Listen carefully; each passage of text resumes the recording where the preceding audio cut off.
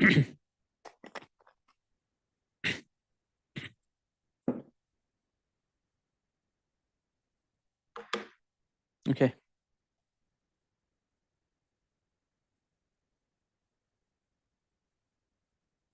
Okay, let's get it started. Hello, everyone. Welcome to another lecture of computer architecture, lecture 20. Today, we're going to talk about cache coherence, which is relatively one of the basic topics and kind of old topics in computer architectures. But it's always good to learn the basics. And also, you will see that going to the future, once we have new platforms for computation, we need to actually revisit these topics. So, for example, nowadays that we have processing memory, we also need to revisit cache coherence when we have processing memory capability. And we're going to see also in the last part of this lecture. Before I start, do you have any questions from yesterday's lecture? Okay, perfect. So, yeah, the caching in multiprocessors. So caching not only complicates ordering of all operations. Remember memory consistency, that we want basically all processors, they need to know the orders of memory operations in order to be consistent. I mean, that's a very strong, consistency protocol, sequential consistency. We also learn about how we can weaken that consistency model.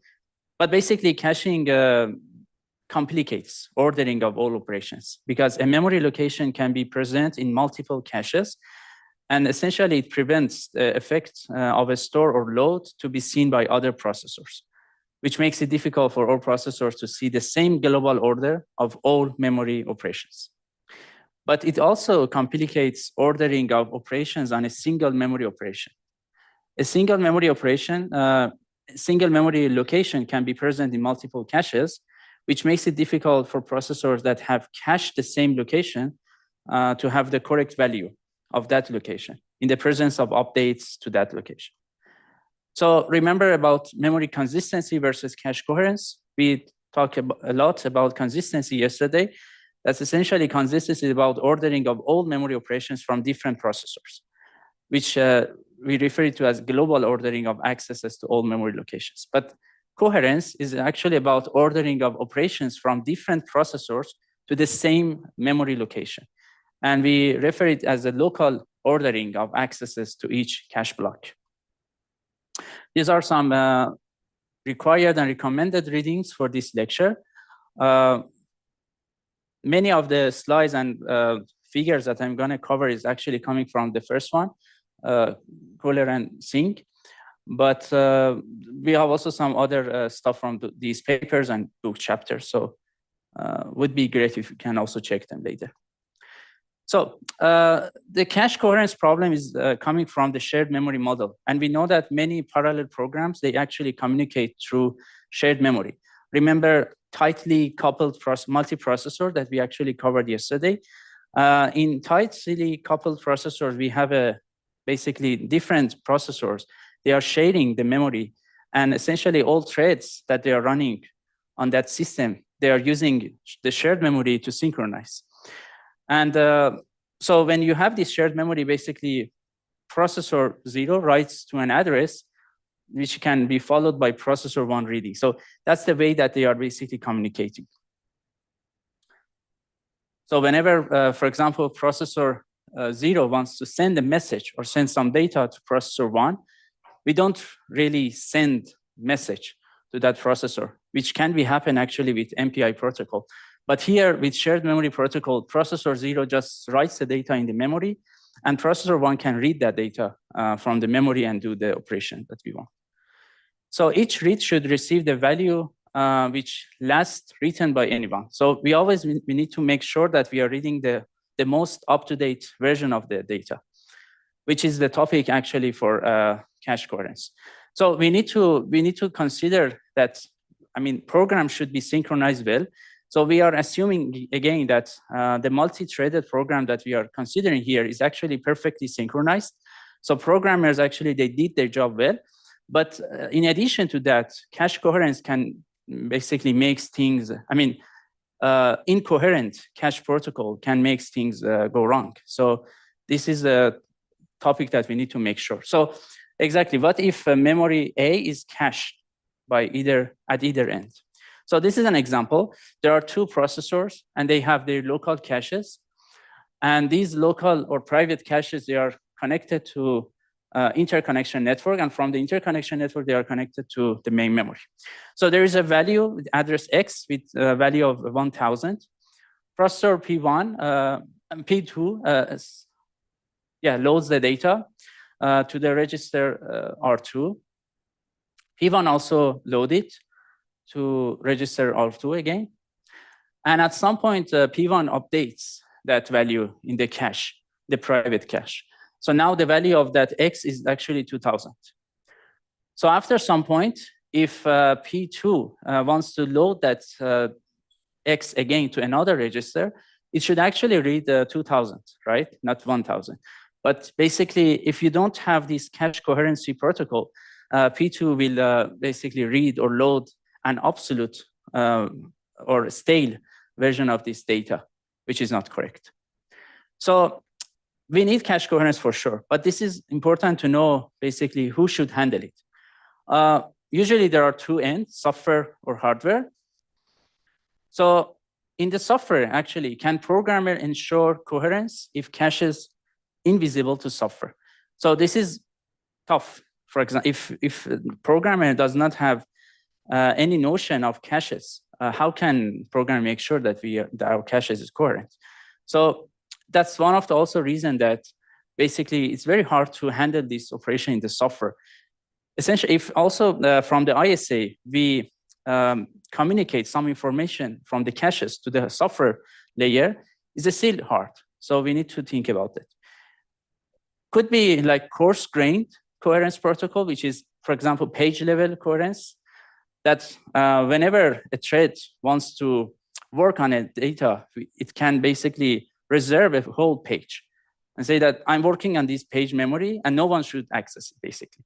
So clearly it breaks the parallelism and makes everything more sequential, which is not good. Another solution, which is kind of non-solution actually, is to make shared logs or data non-cacheable. Basically, the processor can say that, or the programmer actually, because programmer can use the instructions to say that I don't want to cache this data. So when you are writing a code, you can actually show that some data, they are not cacheable. But essentially, this is also very bad because we need to cache logs and share data for the performance. And I should immediately say that this is not the solution, basically. People try to have a combination of non-cacheable and coarse-grained. It could be doable. It has some overhead. It's not also perfect, but it is a solution and it can provide some efficiency. There are also some other types of work in software, basically they provide fine-grained accesses or control to caches to the programmer using some instruction like flush local, flush global, flush cache. So basically, these are some instructions that ISA provided for the programmer, or at the ISA level, that programmer or compiler can use them. That whenever it wants to make sure that everything is coherent, basically we need to flush the cache to make sure that other copies of that data will see the update, and basically we don't run into coherency issue. But you can feel that basically this is very tough for the programmer. So now you as a programmer, or we as a programmer, we always need to make sure that, we need to understand that, okay, these are the data, it can be cached, and now I may run into the coherence problem, so I need to flush it. It's actually a mess. And there are some processors in the past that they actually try to implement some of these basically software solution, like IBM CellBE, which has been used in Sony PlayStation. If you have played with it in the past, I don't know. But basically, in that CellBE version, cache coherency was handled more or less with the software. And I remember I was coding with CellBE, and it was a mess. It was really very hard. And other people that also program with CellBE, they can mention the same thing. I think even hardware designer in IBM, they can also mention the same thing. So in the end, it wasn't a very good idea that they push everything to the software. I mean, the idea was that push everything to the software to make the hardware easy and basically reduce the cost in the hardware. But in the end, you need programmers to work with your system, right? And if the programmer cannot easily program your system, your device is not going to be used. So basically, I like to, provide the big picture of software solutions, but actually we are going to dismiss them because we are actually mostly having hardware solutions nowadays. Could be also mixture of hardware and software solution, but we're going to see most hardware solution today. So hardware greatly simplifies software job, and actually handling coherence in the hardware is easier compared to what we need to do in the software, because in the hardware you have the view of caches, you have the view of all the memory accesses, and everything is happening on the memory bus, for example. So you have more basically tools to handle it in the hardware. So one very simple idea could be invalidate all other copies of block A when a core writes to address A.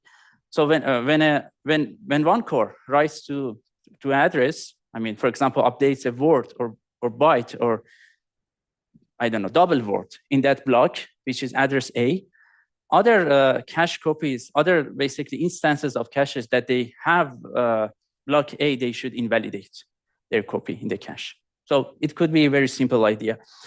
And we'd like to see it very briefly here that this a very simple coherence scheme, we can call it valid invalid protocol. You can just made it up.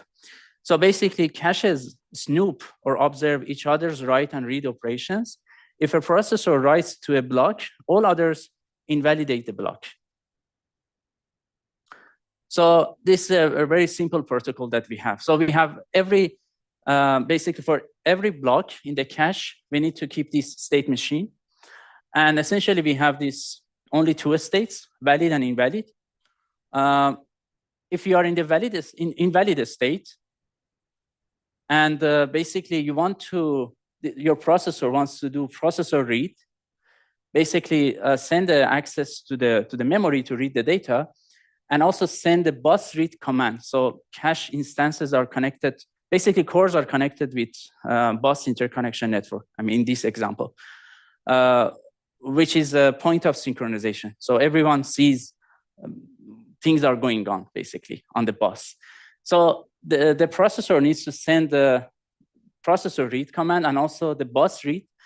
Essentially, bus read command tells other cache copies or other processor that someone is going to read that command. So if you are in the invalid state, you will go to the valid state after reading the data. And if you are in the invalid state and you want to write to your data, you basically send processor write and also send bus write on the bus command, bus interconnection, but you stay in the invalid state. This is an assumption that we have here that basically the processor, the cache protocol is actually write through, which whenever we update the cache, we also write to the memory. We don't use write back, for example, protocol. And also we have this no write allocate cache, which means that when you write, when you don't have the copy of that data, so you are in the invalid state, right? You don't have it. And now you want to write it. Essentially, when you have this write miss, right, in the cache, you don't allocate. Basically, you do write miss and basically send the write to the memory, and you don't allocate that block to your cache copy. So this is no write allocate cache protocol. So that's the reason that you stay in this invalid state, even when you're writing. And if you're in the valid state and you do basically processor read and you don't receive anything from bus, basically you're staying in the valid state because you're just reading, right? And if you're in the valid state and you receive bus write command, some other caches, some other cores in the system, they send this bus write command, for example, which means that they want to write to this basically cache block, which means that the copy that I have is going to be obsolete soon. So I just go to invalid state then. And when you are in the valid state and you do this processor write, you basically stay in the valid state, but also send the bus write command to other cache copies. Make sense? So very simple. We're gonna basically see how we can make this protocol a bit more complicated and more effective later in this lecture. But overall, you can actually implement very simple valid-invalid protocol for cache coherence. Any question? Okay. So again, there are some solutions to cache coherence that we should also say non-solutions, like no hardware-based coherence. We want to have everything in the software, which means that keeping caches coherent is software's responsibility. So makes microarchitectures life easier, but makes average programmer's life much harder. I would say even expert programmer much harder. And basically, programmer need to worry about hardware caches to maintain program correctness, which is really tough. And overhead in ensuring coherence in software, like page protection, page-based software coherence, non-cacheable. I mean, all these methods, they have overhead in terms of performance, energy, and they are essentially, so you go to this parallel programming in order to gain a speed up, but in order to handle cache coherence in the software, basically you end up using a lot of synchronization. Like for example, like this page protection. So not other threads, they cannot touch your page.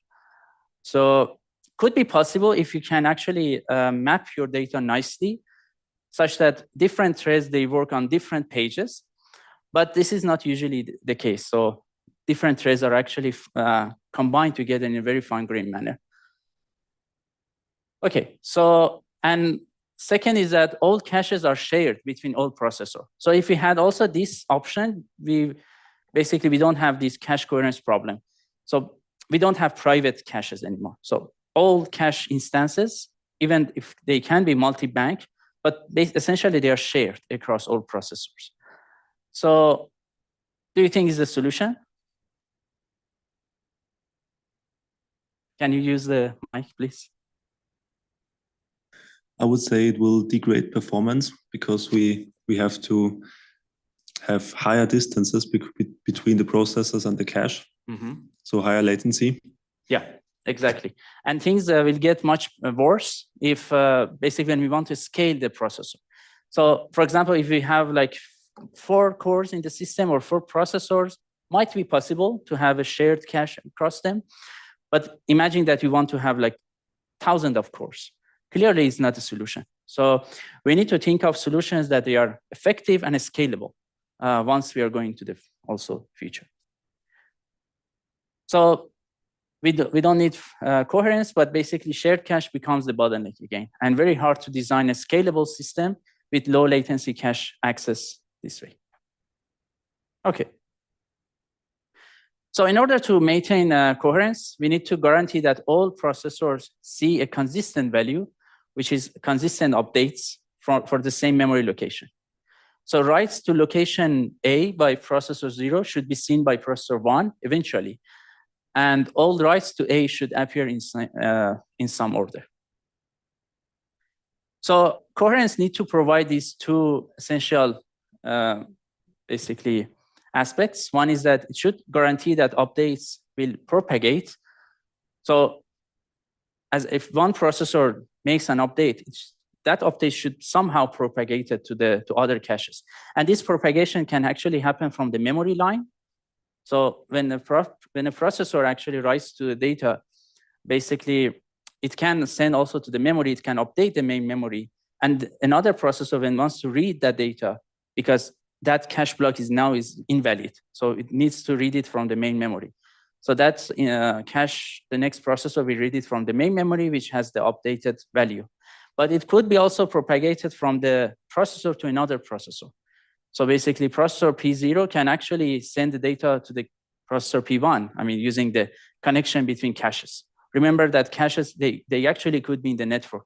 And we're gonna learn also about interconnection network a lot in this course. So write propagation is one. And another one is write serialization, that it should provide a consistent order seen by all processors for the same memory location. Basically, cache coherence needs to ensure these two. And we need a global point of serialization for this write ordering. That's why basically implementing cache coherence with the bus is actually quite easy, because bus is, everyone can access bus, can read from bus, and can write to the bus. So basically, it's very easy to understand it. But we will see that actually bus is going to be also a bottleneck when you want to scale your system. And we need some other ways to implement coherence. So hardware cache coherence, we have a very basic idea that a processor or cache broadcast. So we're going to use actually processor cache in this context interchangeably, because essentially, so when we say that a cache broadcast, we mean also the processor, because they are the same actually. This cache is the private cache of that processor, basically. So a processor or cache needs to broadcast its write or update to a memory location to all other processors.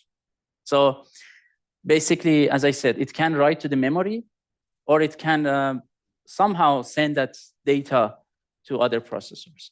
And another cache that has the location either updates or invalidates its local copy. In the example that we have seen before, basically other cache copies, they simply invalidate, their copy. But we can also think of that another cache copies, they see the update on the bus, they see the value also, and they just simply, oh, I have this cache block, so I can just update it. And they take the value, they pick up the value and update their own copy. So this could be also an implementation here. So now the question is that how can we safely update, replicate data? So we could have two options, like update protocol that push an update to all copies, and option two, which is usually the easier one. And I would say that mostly we are using invalidate also protocol that ensure there is only one copy. And so basically we invalidate other caches, they should invalidate their copy. So on a read operation, if local copy is invalid, put out a request. If another node has a copy, it returns it. Otherwise, memory does.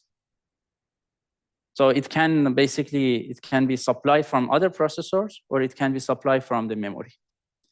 On a write, so we want to read block into cache as before.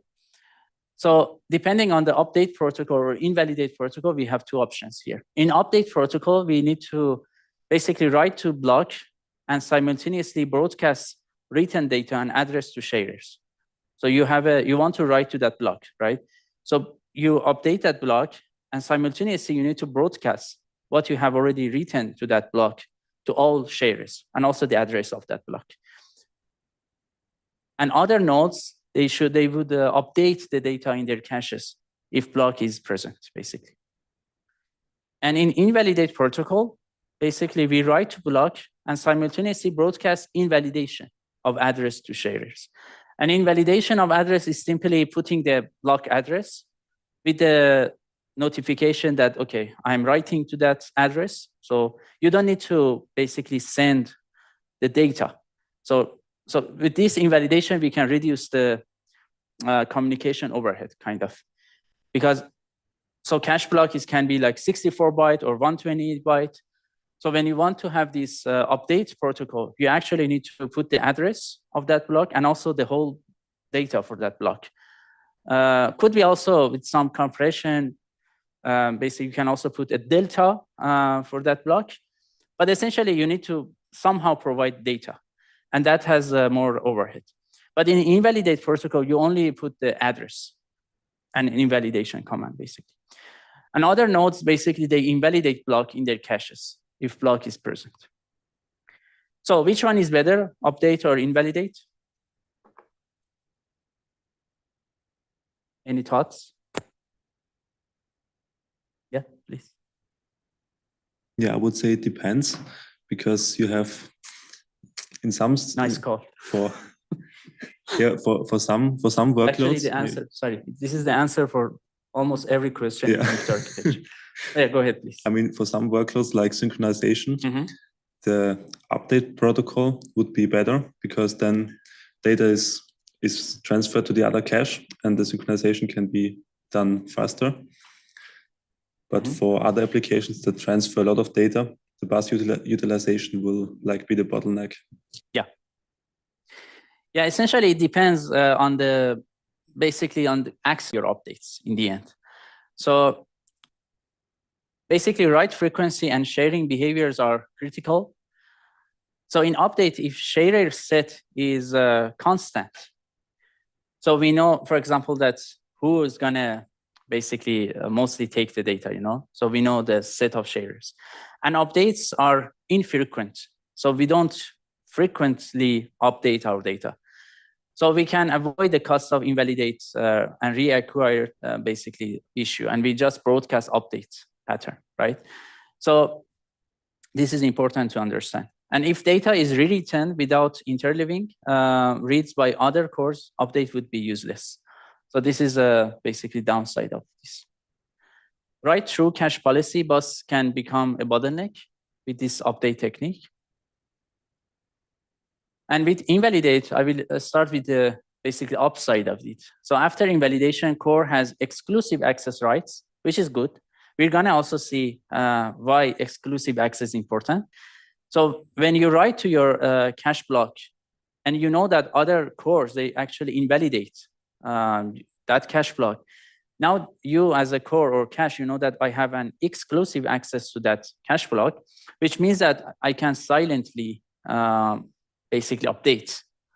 I can silently do the more updates in that cache block, and I don't need to go over the bus and the cache coherence protocol. We're gonna see about that also later. Only cores that keep reading after each write retain a copy. So we're kind of probably we're gonna utilize our cache space better. But essentially, if write contention is high, it can lead to ping-ponging, rapid invalidation, and reacquire traffic from different processors. So yeah, as your colleague also said, in the end, it depends. But we are actually mostly using invalidate. We are using invalidate protocol in many of these cache coherence protocol. Any questions? Okay. So we have two cache coherence methods. How do we ensure that the proper caches are updated? It could be using a Snoopy bus, like essentially you're using bus as the synchronization point. There are many actually work and paper and also textbook on that. These are the very early papers on this Snoopy bus. Bus-based, which is single point of serialization for all memory requests, and processors observe other processors' actions. Example, processor 1 makes read exclusive requests for address A on bus, and processor 0 sees this and invalidates its own copy of A, because everyone sees the bus. Another option is actually directory, which actually older than Snoopy bus, but nowadays actually we are using directory a lot because of scalability. Directory provides better scalability as well as also flexibility that we're gonna also see later. But yeah, directory basically single point of serialization per block could be distributed among nodes. It doesn't need to be a one directory or table. It can be also distributed across different nodes. But essentially, processors make explicit requests for blocks, and directory tracks which caches have each block. So in directory, we have the track of basically all cache block, which you need that actually directory space for all memory space, for the all memory region that you have in your system. And for every cache block, you need to keep that. What are the processors that have that cache?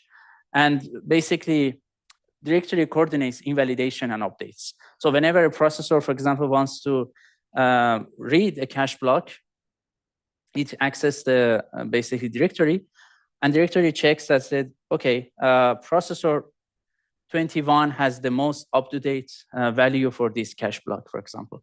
And then directory asks that processor to send that data to that processor, let's say 1.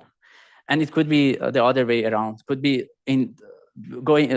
could be processor wants to write to that cache block, and directory should track, basically should know what are the processors that have that cache block, such that directory can send the invalidation request to those processors. But essentially here, actually directory tracks what are the exact sharers of that cache block. So we don't broadcast. We're actually sending multicast requests, which you can now feel that why directory is a bit more scalable. But it's going to have a lot of storage overhead, which is also a problem for directory. I should also say for a Snoopy bus,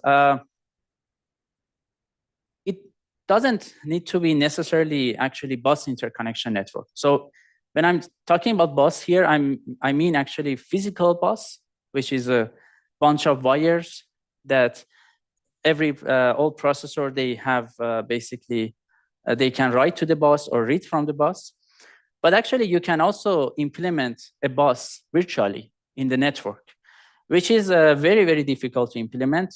People actually try it a lot, and some actually succeed, but it's very difficult to implement. So in the network, which can be a different topology, we're going to see later, you can also implement virtually a bus, a notion of broadcasting. So if you want to send a broadcast message in the network that does not inherently provide broadcasting, is actually quite tough and hard.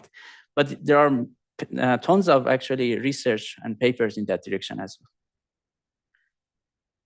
well. Okay, any question?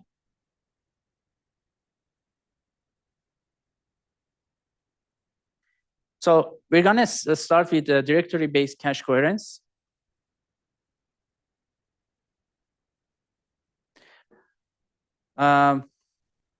So directory-based coherence, the idea is that a logically central directory keeps track of where the copies of each cache block reside. And caches basically consult this directory to ensure coherence. An example mechanism. For each cache block in memory, we store p+1 bits in the directory. So we have 1 bit for each cache, which is this bit vector. So we have p processors, and that's the reason we have p bits there, which indicates whether the block is in that cache. And we also have exclusive bit, which is the reason for that +1, that indicates that a cache has the only copy of the block and can update it without notifying others. So that's one of the reasons I said that when you are in the exclusive mode, you can benefit from silently update your cache block, which is good. Otherwise, in the past, whenever you want to update your cache block, you need to go through the cache coherence protocol. It could be a Snoopy cache-based protocol, or it could be directory-based. But essentially, it has some latency overhead and energy overhead. But when you are in the exclusive mode, and you know that I have that cache block exclusively, you can silently update, and you don't need to notify other people.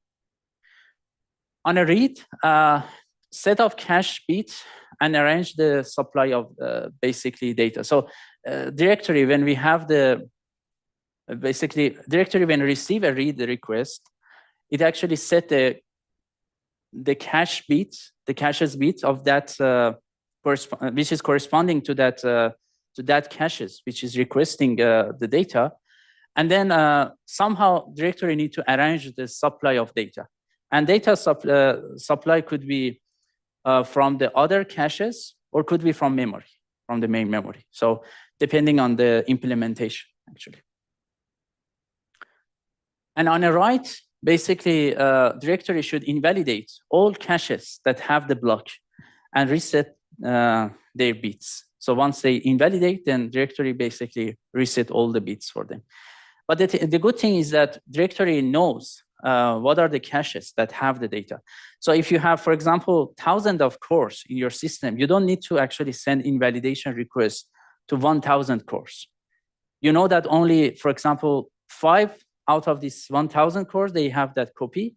So directory only sends the request, invalidation request to that 5 copies, which can significantly reduce the interconnection cost. And have an exclusive bit associated with each block in each cache so that the cache can update the exclusive block silently, which I already talked about it also. Any question? Okay. So, yeah, please. Can you use? About scalability, I think this can be very bad, because if you have 1,000 processors, you need to store 1,000 bits. Yeah. For yeah. So then you don't really, so you can like say bye-bye to your cache. Exactly. Yeah. Wouldn't it be better to just store in which? Just what? Wouldn't it be better to just store which cache has the copy? And not, I couldn't understand. How do you want to understand which cache has a copy? So don't store p bits, but just log 2 p bits. Oh, I see. So, using that kind of okay, yeah. That's actually a very great point. We're gonna also see an example later in this lecture that when you increase the number of your cores, at some point your directory space, if you want to implement like this, store p+1, it's going to be actually larger than your main memory space, which is stupid, right? Your memory, for example, is 32 gigabyte, and you need like 100 gigabyte of directory only for cache coherence protocol. But the thing is that this is a very simple implementation. You don't need actually, as you said also, to store p+1 bit. When the number of cores are small, it makes sense to store it like that. But when you scale your system and you have a lot of cores, most of the bits in that bit vector are actually 0. And you can actually think of different compressed formats to store your basically bit vector. Could be just storing like the log of them, for example, the pointer of those caches that have the data, or could be any other way. I mean, there are many compressed formats that you can think of. We have also this compressed format representation a lot in graph algorithms. Essentially, all graph algorithms, they are also working with adjacency matrix. And when you're going to huge graphs, like giant graphs, in social network, for example, there are many actually zeros in the adjacency matrix. So people are actually using sparse matrix. It's basically a sparse representation of those matrices to save storage. But yeah, that's actually a very excellent point. But yeah, I will.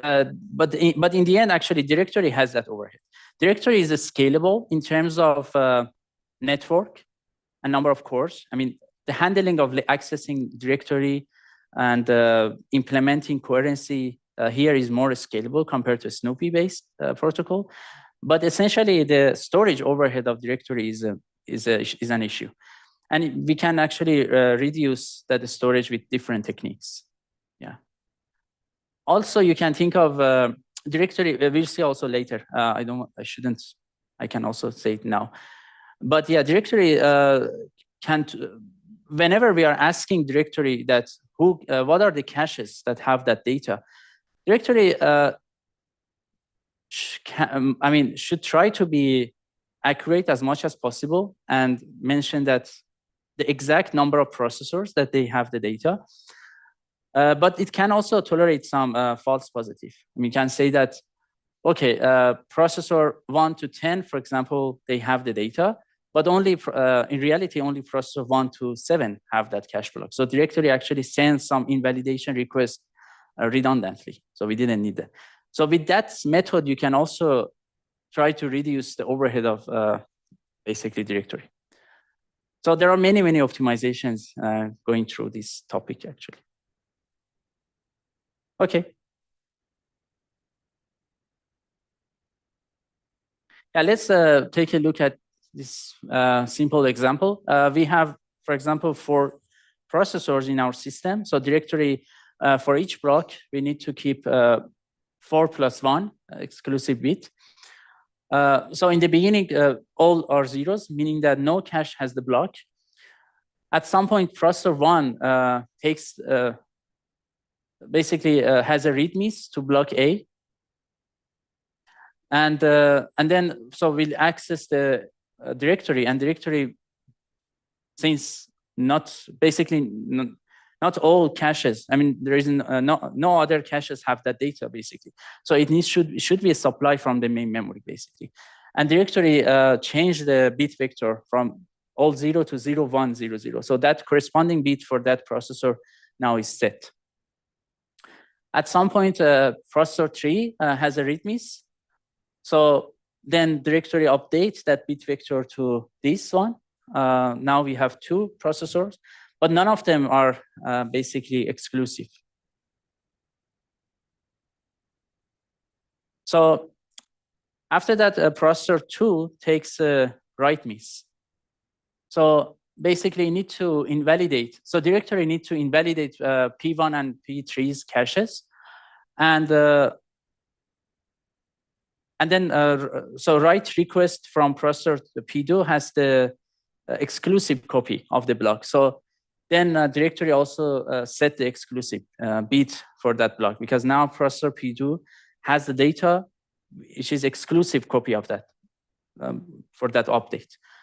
So yeah, so directory sets that exclusive bit as well here. And after some time, processor 3, for example, now has a write miss. So basically, directory needs to ask the basically yes. So directory needs to take the data from processor P2 to have the most up-to-date version of that block, and then can write the update of that processor 3. So basically, P2 needs to provide that data, which is because P2 already update that data, right? So it needs to be provided, and then P3 can write to that and update it again. Because when you update a cache block, you don't update you may not update the whole words, right? You may actually it can also lead to a false serialization problem. That since our coherency protocol granularity is actually at block level, you may consider that these 2 caches, they need to communicate and they need to, so they have coherency issues. But essentially, one of them is actually writing to some other words, like word 0, and the other one is writing to, for example, word number 2. So they are not actually the same, they are not updating the same thing. But since our coherency protocol granularity is on cache block, we end up considering going through the coherency protocol when we want to update a block. But essentially, you can also think of lowering down the granularity of the coherency protocol, which can provide better efficiency, but at the same time, it has a lot of complexity. So, and yes, processor 3 now has the exclusive access. After some time, processor P2 now has a read miss. So processor 3 needs to supply the data. So now we have this status for the bit vector. We have 2 1s here, and directory should reset the exclusive bit, because none of basically the copy in processor 3 is not exclusive anymore. Okay, any questions?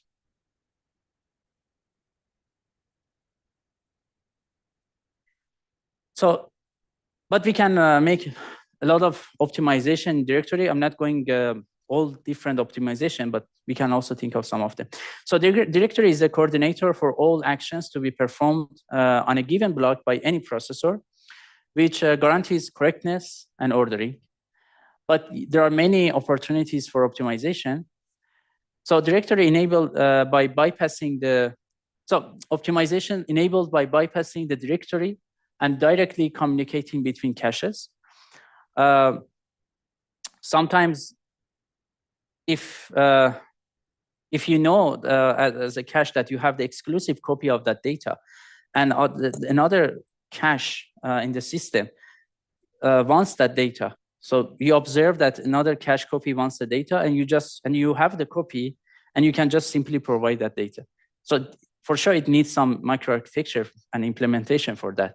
But the idea is that we can actually bypass the directory and supply the data as soon as possible, and then we can also update the directory in the background or something like that. So essentially, we don't want to put directory on the critical path of accesses. So it could be some optimization in that line. And also, we will see also example of these optimization later. So we're gonna talk about the Snoopy. Yeah, let me also briefly talk about the Snoopy cache coherence, and then we can take a break. So the idea here is that all caches snoop all other caches, read and write requests, and keep the cache block coherent. So each cache block has coherent metadata associated with it in the tag store of each cache. So this is very easy to implement if all caches share a common bus, like a physical bus that I mentioned, and each cache broadcasts its read and write operations on the bus. So for sure, it's good for a small scale multiprocessor, like when you have 4, 8, 16. But as you want to scale it, it's going to be hard to basically scale this Snoopy, because you cannot actually scale the bus easily. I mean, physical bus is very hard to have it for more than, let's say, 16 processor or something like that. So you usually need to go to kind of other interconnection networks to reduce the cost. But the thing is that other interconnection network, they don't naturally provide this broadcast behavior. And you need to somehow implement broadcast protocol in those interconnection network, which is not very easy to do. So this is also very easy. Basically, we have here n processors, and each of them, they have a private cache, like C1 to Cn. In the tag array of all these caches, we have basically some coherency metadata. And essentially, this Snoopy cache is working with some commands like processor read, processor write, bus read, and bus write. So we actually observe, we saw this protocol, I mean, that valid invalid protocol that we used in the beginning of this lecture. We consider actually a Snoopy protocol in that example, that we use these commands actually. So yeah, here also you can see that basically bus write command can be also bus read exclusive, that you read the data exclusively, and now you want to do whatever you want with your data. So caches, they need to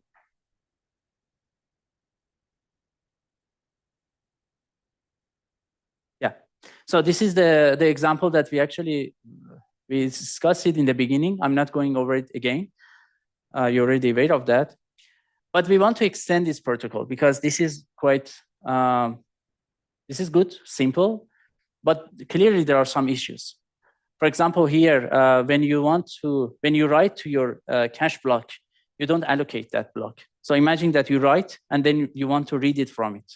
But since you don't allocate that, you're actually gonna have misses in that cache block. Or for example, if you want to get rid of write through cache, so you want to have, for example, write back policy. So we want to extend the protocol. So we want to modify the state such that we can say that, okay, the copy I have now is actually dirty. So whenever we are writing to data or updating a cache block, we don't want to quickly update the memory also.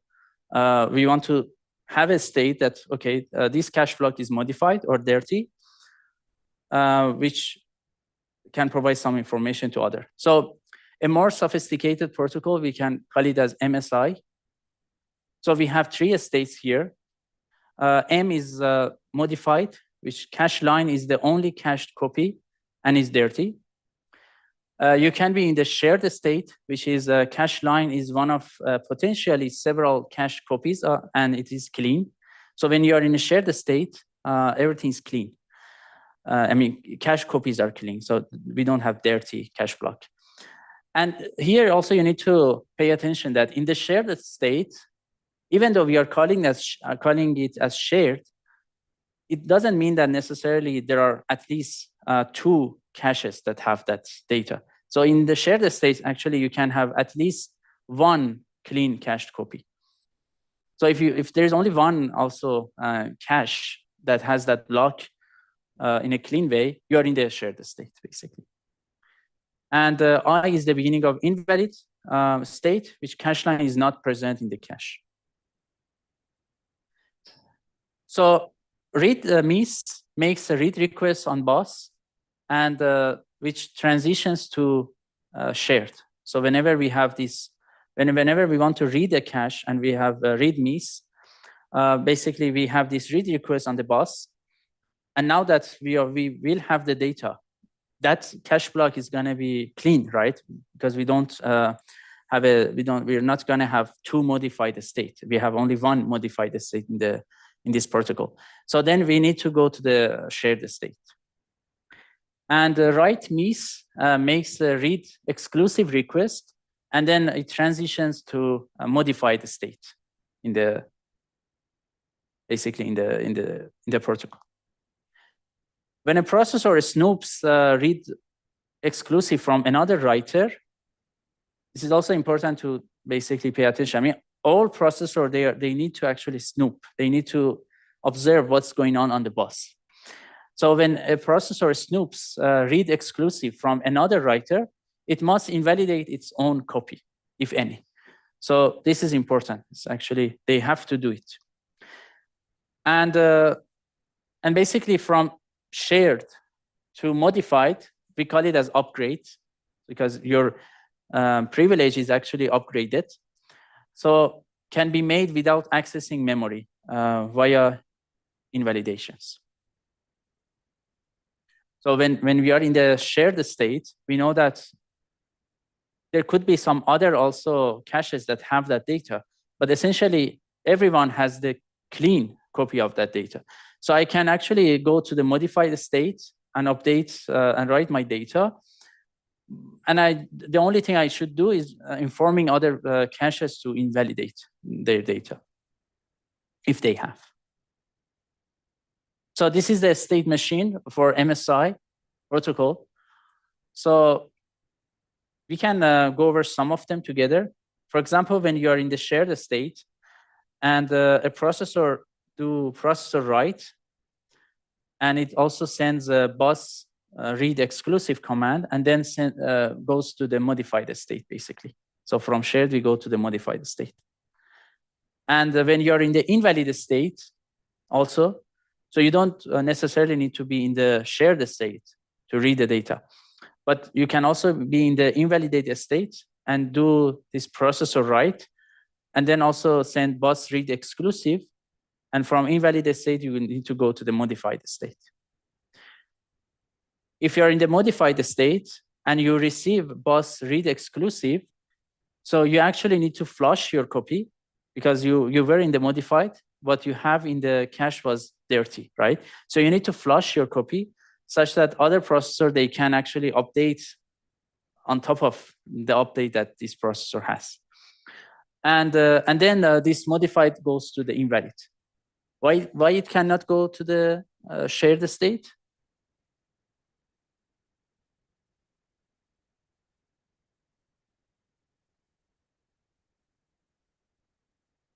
Yeah, because the other processor already updated it, so we don't have a clean copy. Exactly.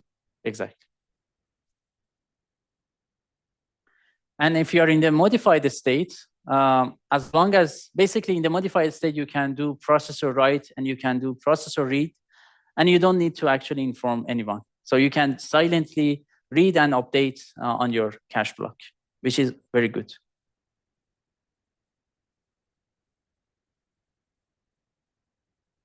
And if you're in the shared state and receive a bus read exclusive command, it means that some other basically caches, they want to read that data exclusively, meaning that they want to probably update it soon. So from the shared state, I will go to the invalid state to be safe. Okay, so the problem with MSI, do you have any questions on this FSM? It's actually quite easy to reason about when you check all these states and transitions. It's not very hard, but feel free to ask questions. Okay. So we want to basically make it better step by step. So the problem with MSI is that a block is in no cache to begin with. So on a read, the block immediately goes to shared state, although it may be the only copy to be cached. So no other processor will cache it. That's the problem I mentioned also here, right? So when we have the definition of shared state, it doesn't mean that there are at least two or more processors that they have the data. It means that at least one clean copy, one cached there is at least one clean cache copy. But if you're the only one that have the data on a read, why you need to basically go to the shared state? So suppose the cache that reads the block wants to write to it at some point. So basically, one cache reads a block and wants to update it at some time. But since we don't have a state saying that, okay, I'm the exclusive basically read, right? So I'm the exclusive state. You need to actually, from the shared state, you need to go to the cache coherence protocol and transition from the shared state to the modified state in order to update your data. But if you can, in the beginning, start with the kind of exclusive state, you can basically simply update your data. And you don't need to basically go through the cache coherence protocol redundantly. So basically, this it needs to broadcast invalidate even though it has the only cache copy. So when you are in the shared state, you don't know that what are the other processors that have the copy of that, right? And whenever you want to copy, whenever you want to update your data, you need to go through the cache coherence protocol. And since there could be some other processor that they have, we don't know, right? Because we are in the shared state. We need to send an invalidation command to all other processors. And this essentially provides some overhead. So if the cache knew it had the only cached copy in the system, it could have written to the block without notifying any other cache. That could save unnecessary broadcast of invalidations.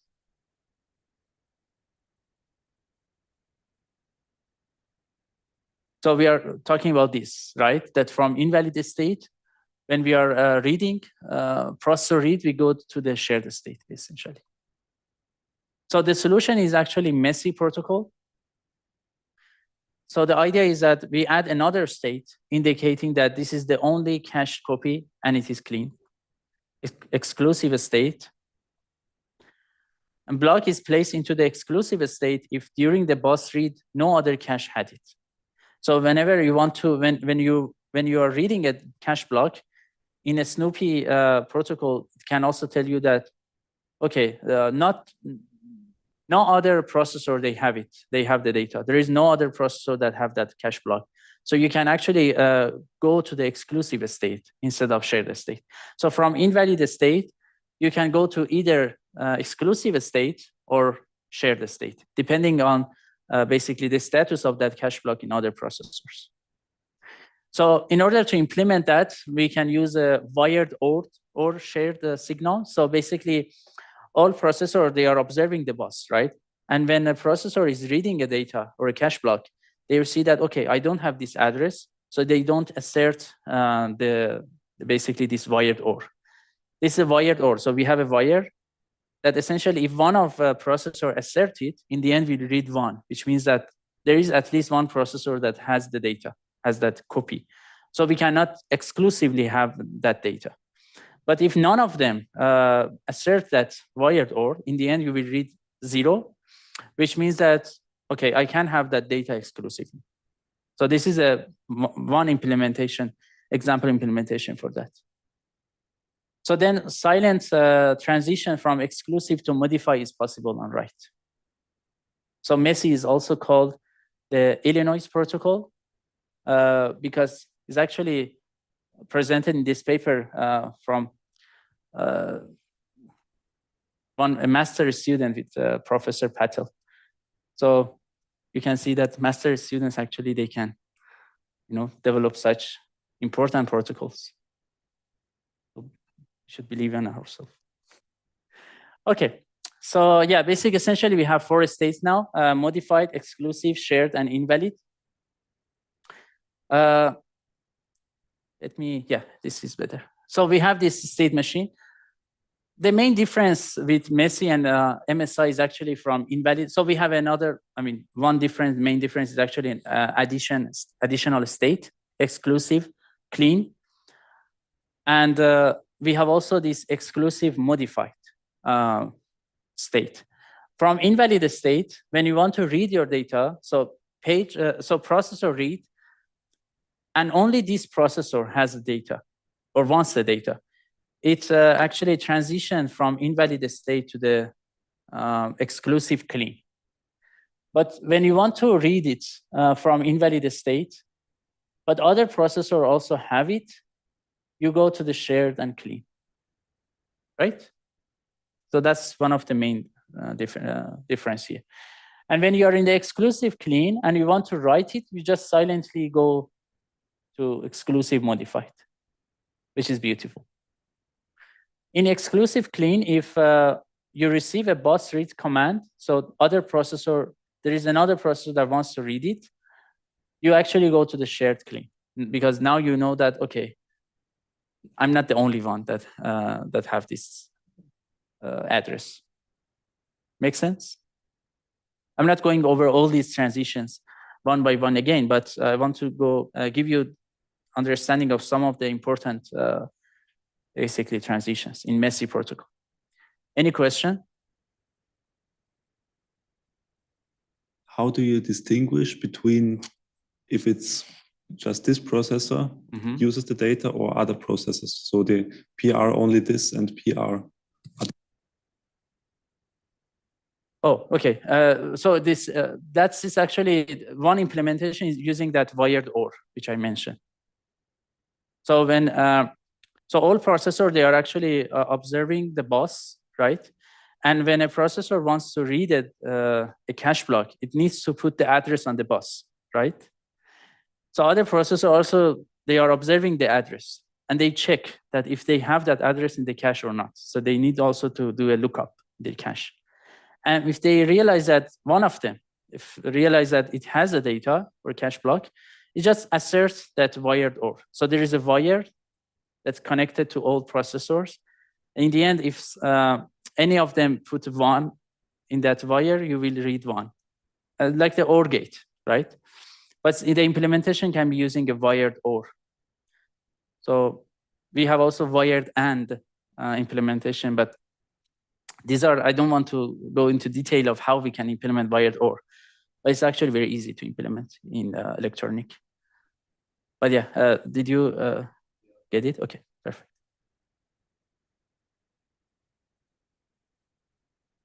So this is also another picture for MESI state machine. You can also check it later if you want. You're gonna actually also work with MESI protocol in your lab 6. We're gonna release lab 5, I guess, today, which is related to memory scheduling. And you're gonna use Ramulator 2, which is the state-of-the-art version of Ramulator in lab 5, in order to test different memory scheduling techniques. And actually next week on Friday, we're gonna have a lecture on Ramulator, on simulations, but the big part of that lecture is gonna be about Ramulator. So you can also attend that lecture and learn about that simulator. But for lab 6, we're gonna have this, basically, it's gonna be a bonus lab. Actually, lab 5 is also bonus. So we're gonna have, so 2 labs are actually bonus. Lab 5 and lab 6, they are bonus. And in lab 6, you need to implement a MESI state machine, essentially. So even though it looks easy, when you want to implement it, you realize that it's not that easy.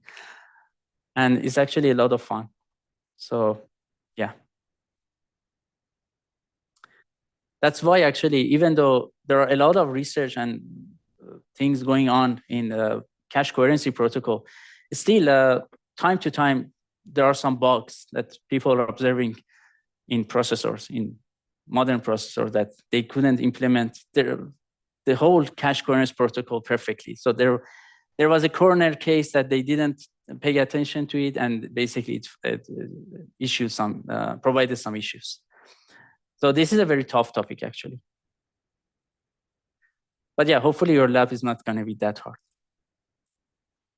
Okay, so I also like to mention this basically terminology, like downgrade and upgrade. It's very easy, actually. So whenever you're going from a state with some privilege to another state that your actually privilege is less, you are downgrading, right? So you're downgraded to the state that your privilege is less.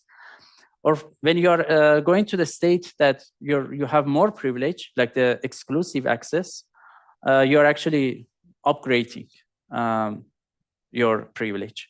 So this is a terminology that is also very common in this context. So MESI protocol has been also implemented in Intel Pentium Pro. So this is a state diagram for that processor. You can also look it at home. But yeah, now let me conclude with some trade-offs, and then we can have a break. So should a downgrade from modified, so whenever we want to downgrade from modified state, should we go to the shared state or invalid state?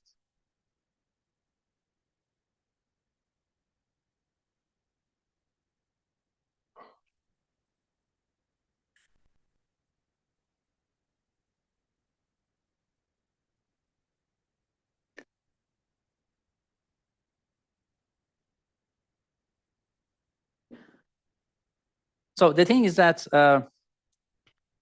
when you go to the invalid state, it means that you're also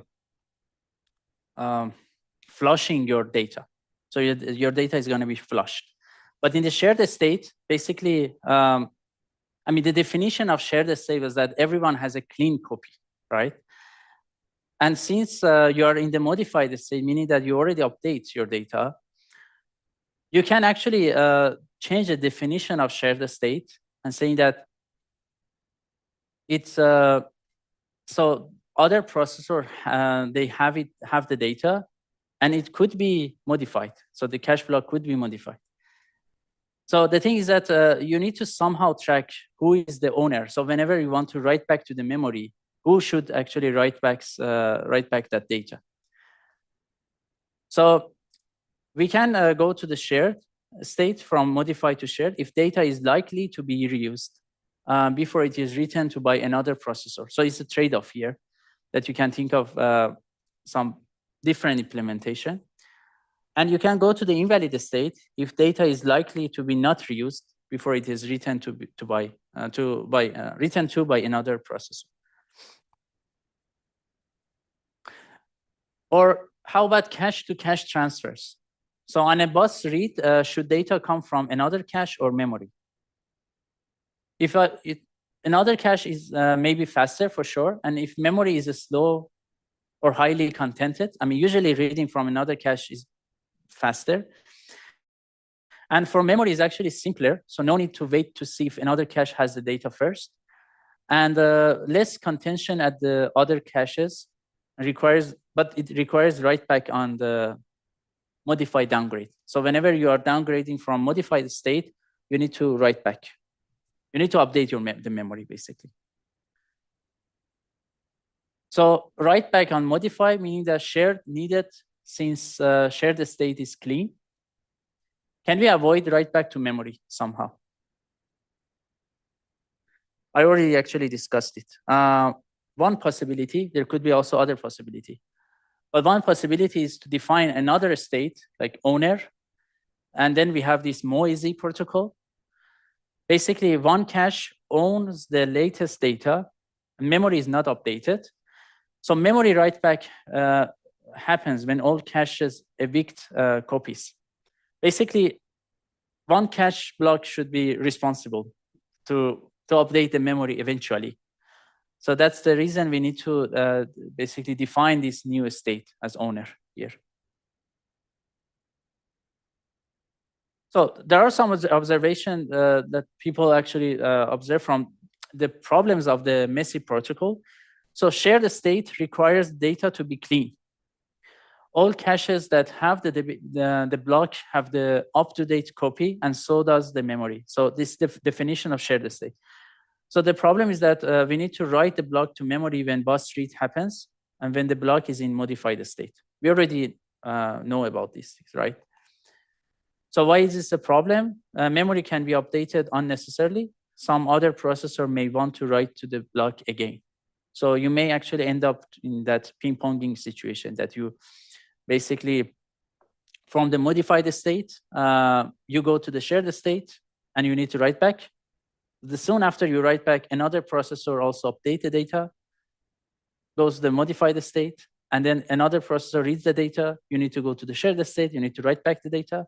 And that can actually provide a lot of overheads. So in order to improve it, one idea could be do not transition from modify to shared on a bus read. Simply invalidate the copy and supply the modify block to the requesting processor directly without updating memory. It could be one possibility. Another idea, which is from MOESI protocol, we can transition, transit from modify to shared, but we should designate one cache as the owner who will write the block back when it is evicted. So eventually, there could be one cache block that writes back the data. Now we have different definition for shared. So shared state means shared and potentially dirty in this MOESI protocol. And this is actually a version of the MOESI protocol. So basically, trade-offs in sophisticated cache coherence protocol. So the protocol can be optimized with more states and also prediction mechanisms to reduce unnecessarily invalidations and transfers of blocks. But the problem is that more states and optimizations, they are more difficult to design and verify. Remember about the testing of the device and making sure that you actually implement the coherence protocol perfectly correct. But this is very hard to do when you have a lot of different states and transitions. And also provide diminishing returns. So from very simple invalid-valid protocol, when we go to MSI, we actually observe, let's say, huge speed up. From MSI protocol to MESI protocol, we observe like a little less speed up. From MESI protocol to MOESI, we are observing, again, less speed up. So basically, at some point, the return that you are getting from all these sophisticated implementation is not that much. So basically, we need to make that trade-off that we don't want this. Basically, we simplify the implementation for better testability and less hardware resources. And we don't lose much performance also. So this is, again, revisiting of these two cache coherence methods as a conclusion of this Snoopy, bus, and directory.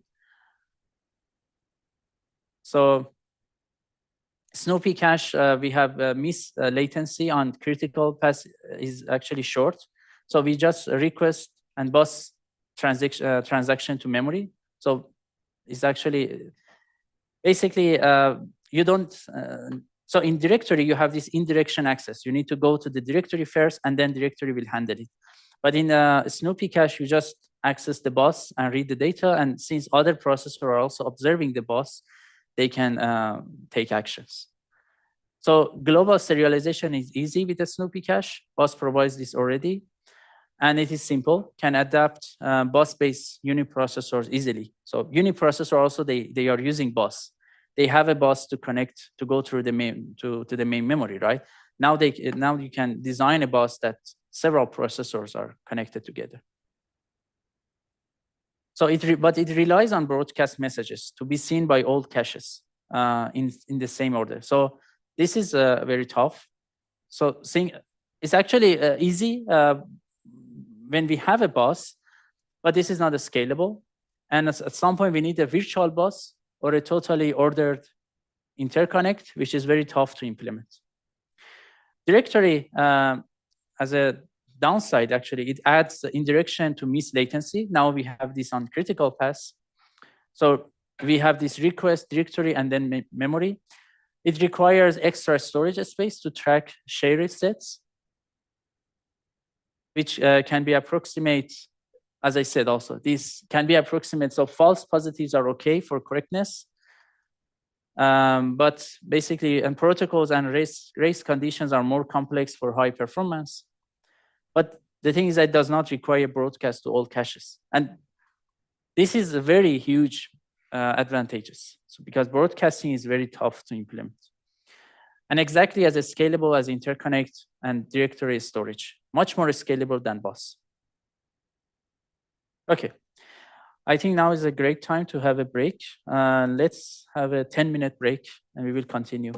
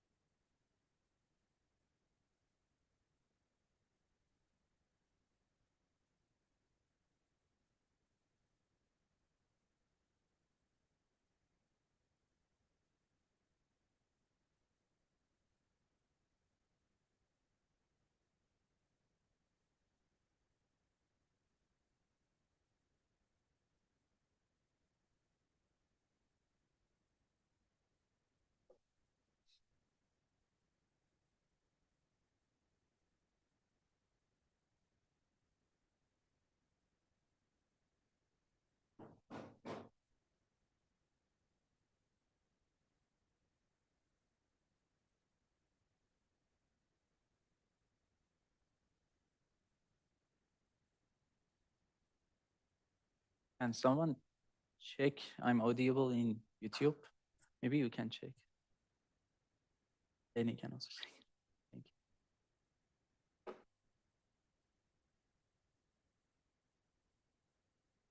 Our tea is went to grab some coffee. It's okay. Okay, let's get started.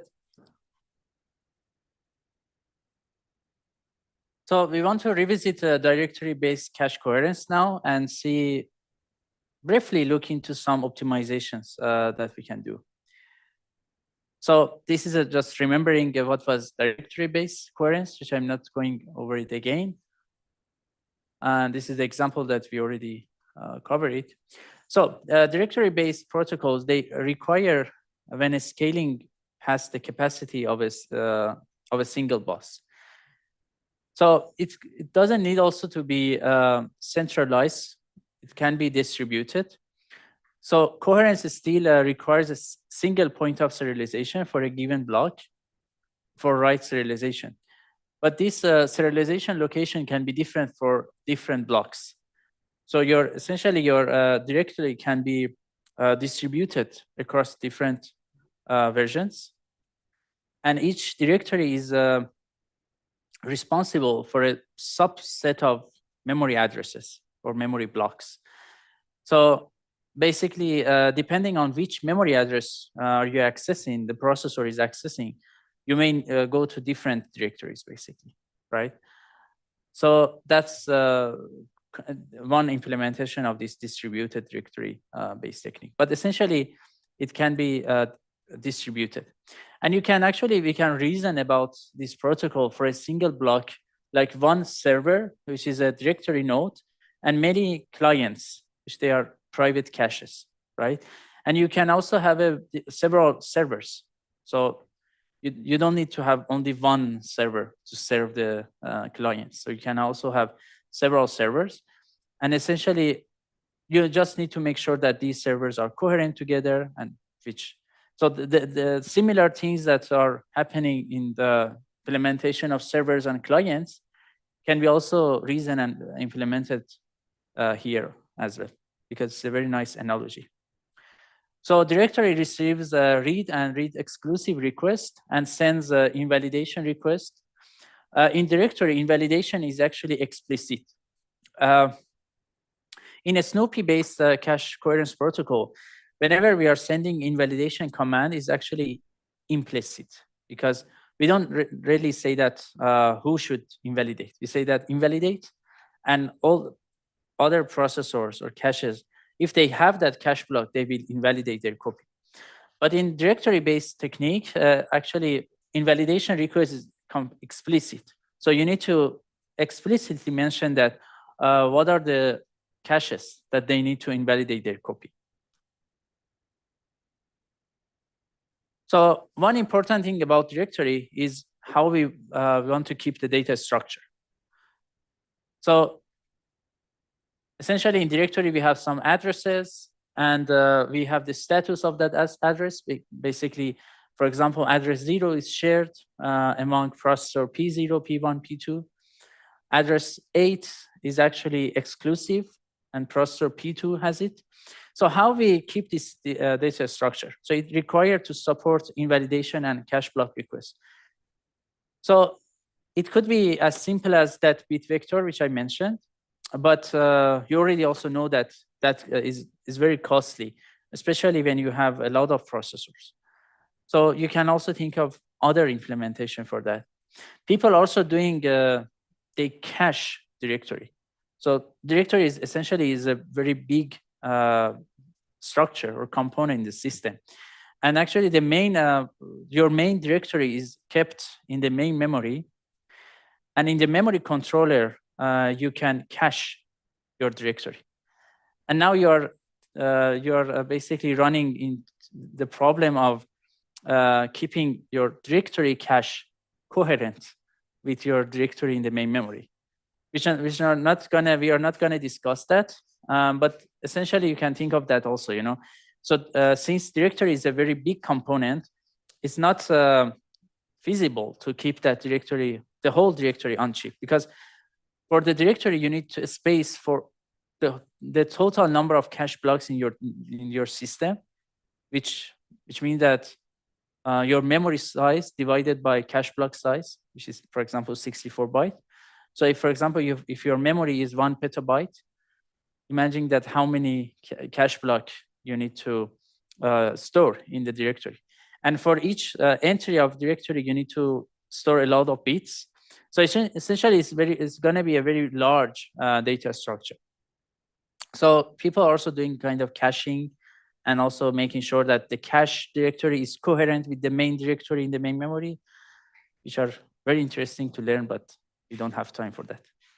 So key operation to support in directory is actually set inclusion test. So whenever you access directory, the main operation needs to say that what are the processors or caches that they have the data. The important thing here is that we should understand that false positives are okay for correctness. So basically, we want to know which caches may contain a copy of a block. Basically, they may not have the copy, but we shouldn't miss a cache or core that has the data and we don't request it. But it's okay to send a request to a core that does not have the data, but we simply send. So false positives are okay. And depending on the false positive rate, we essentially determines our performance overhead, how effectively directory sends those invalidation requests. So most accurate and probably the most expensive one is using full bit vector. But when we have a lot of processors, that bit vector has a lot of zeros. And so it makes sense to keep non-zero values in kind of compressed representation. You can also think of using a linked list for directory or Bloom filter also, because false positives are okay. So you can store a Bloom filter for your directory space. Any question? I think you asked the same question in the beginning. Yeah. That was very nice prefetching. Okay. So directory basic operations follow semantics of a Snoop-based system, but with explicit request and reply messages. So in directory receives read and read exclusive and upgrade requests from other nodes, sends invalidation, downgrade messages to sharers if needed. Directory also forwards requests to memory if needed. Directory replies to requester and updates sharing state. The important thing is that we should know that protocol design is flexible. The protocol is actually flexible with coherence protocol, with directory-based protocol. So you can actually update the coherence protocol in the meantime. While your processor is running. So in one of the reading I mentioned in the beginning that you can also see it later. There is a work. I forgot the name of that. But essentially, they implement a directory engine in the memory controller, and they have kind of a micro-programmed implementation for that protocol. So since it is kind of micro-programmed, you can update your directory in the field. Once your system is running, after some time, you realize that, okay, there was an issue with the protocol. I want to upgrade it. I want to update it to make it better. Or sometimes you want to fix a correctness issue. So with those implementation, you can actually just update your micro program that essentially updates the directory engine in the system. But with a Snoopy base, we cannot really do that. Because basically the transitions and all the metadata that we have there is kind of they are settled there, and it's very hard to change them after we fabricate the system. But with directory, since there is a middleman there, we can try to do something with that middleman. And also, the directory can provide some intelligence for you, like the memory controller, essentially, or like the, let's say, flash controller that we also covered. Whenever we have kind of indirection in our system, that indirection provides some issues, right? Like, because it's going to be on the critical path, you need to access that indirected node first and then go to your destination. But essentially, that indirection node, that middle node, can provide you some intelligence, and that can provide fix some other issues which they are important. So it's very important to know that protocol design is flexible in directory-based techniques. So MESI directory transactions. This is one example. For example, that processor 0 sends the read command to the home directory, and directory basically sends the data to the processor 0, for example. Would be also, yeah, basically, if there's another processor like P1 that has the copy of that directory, can ask P1 to send the data to P0, basically, essentially. So supplying the data to P0 can happen from the main memory or could happen from the other processor when this processor, for example, has the modified version of that cache block. So read exclusive with former owner. Basically, processor 0 can send read exclusive. These are some examples about how we can implement directory, but you don't need to memorize them, actually. These are, so I would say, basic when we are thinking about that. Processor 0 sends, for example, read exclusive to the home directory, and home directory needs to send invalidation to the owner of that block, and that owner will send a revised version or acknowledgement, kind of. It's very unfortunate that different books, they have different also terminologies. That's one of the issues in this field as well. But this revised version of that block, or consider it as an act, that basically the owner should act that I invalidate my data. And then owner can also send the data exclusively to the processor 0, for example.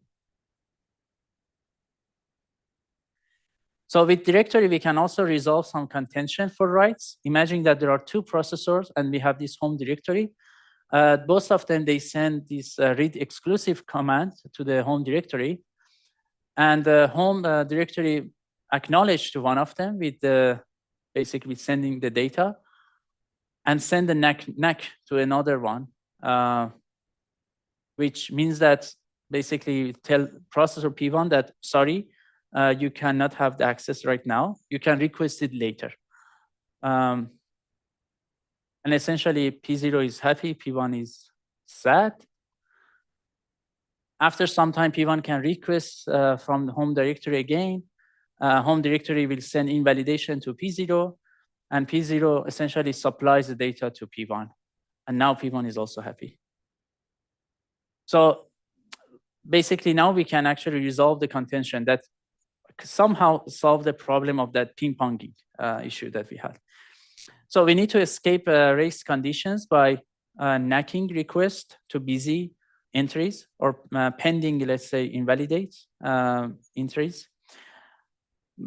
So basically, an original requester, they need to retry. They need to retry the request later. Or basically, the directory can also not send the NAC command. It can also queue. It can queue requests and granting in sequence. So directory can have a queue and queue all the requests. And once the directory realizes that, oh, there is something going on this memory request, this memory region is or address is quite popular. Everyone wants it. So directory can be intelligent and makes a serial access, makes some sequential access to that basically to that memory address and grant accesses to that one by one, which can resolve some contention. Or could be also a combination of these techniques. So here also we need to think about fairness. Essentially, when you have several requesters and there is a unit that needs to grant these requests, you need to also need to be sure that you handle fairness. So it's also important. There are many, many interesting issues going on when we are scaling our systems, right?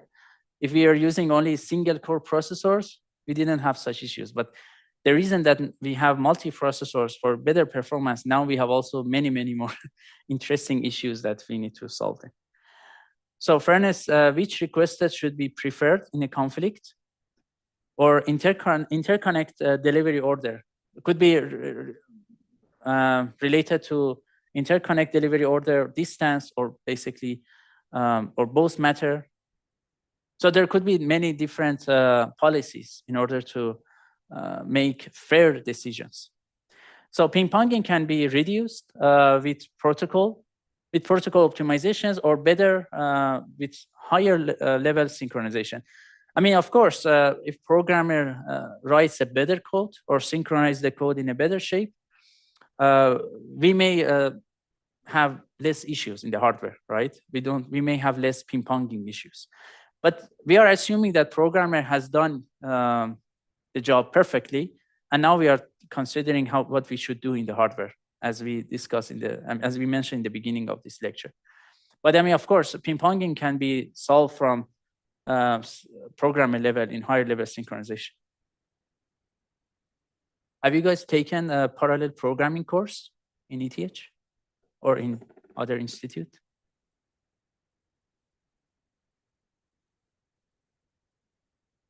Online, you mean, right? Oh, I see. So yeah, in that course, I'm not sure actually in what certain detail they are going in that course, but there are some content in that course that they are discussing about how we can reduce this ping-ponging effect with better synchronization protocol.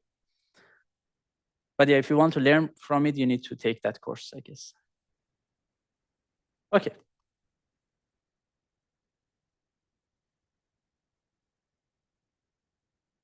So there are some questions that we want to ask. How large is the directory? We don't need to answer it again, I guess. How can we reduce the access latency to the directory? Any thoughts?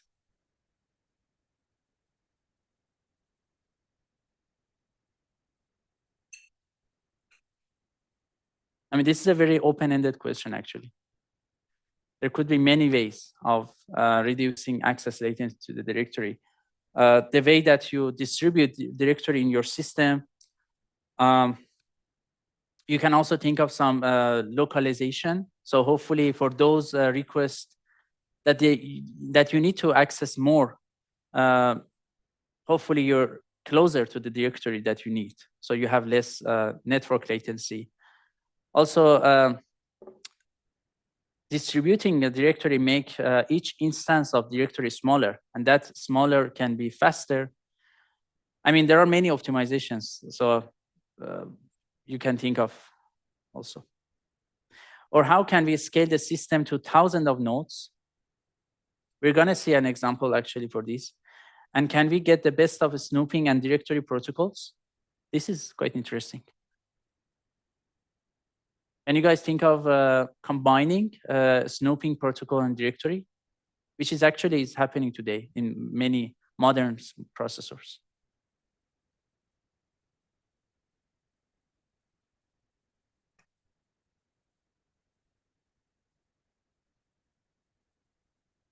Any idea?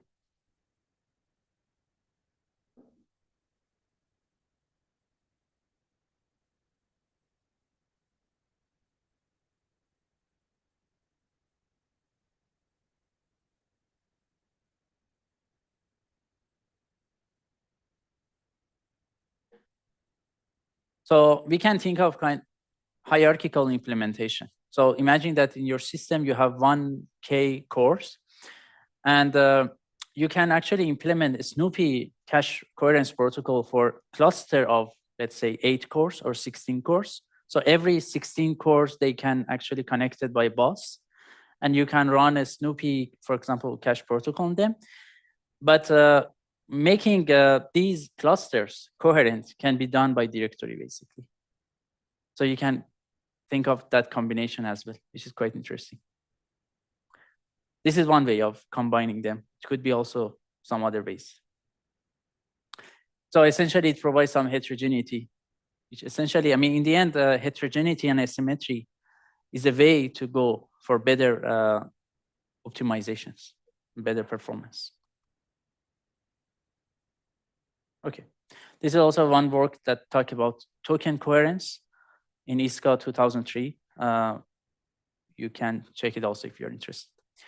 So let's have a look at the example question in the exam. As I said, I mean, the consistency, coherence, these are the topics that they are good for exam questions. So assume we have a processor that implements the directory-based cache coherence protocol that we discussed in the class. The physical address space of the processor is 32 gigabytes, 2 to the power 35 bytes. And the cache block is 128 bytes. The directory is equally distributed across randomly selected 32 nodes in the system. So you basically have 32 instances of your directory.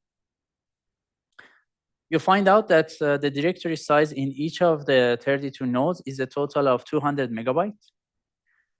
Now the question is that how many total processors are there in this system? Assuming that we are using that P+1 representation. You want to solve it, or should I go to the next slide? It's actually quite easy when you know the concept is just doing some mathematics. So first, we need to calculate the blocks per node, per directory node. So in our system, we have 32 gigabytes address space, and each block is actually 128 bytes. So dividing 32 gigabyte by 128 gives you the total number of blocks in the memory, and then divided by 32 nodes, then you have basically the space per directory. So I mean the number of blocks per directory. So now the number of blocks per directory is 2 to the power 23. And directory storage per node is 200 megabytes. So 200 megabytes is actually 25 times 2 to the power 23 bytes. If you open this, like 200 is 25 times 8, and megabyte is also 2 to the power 20. So then you have this 2 to the power 23.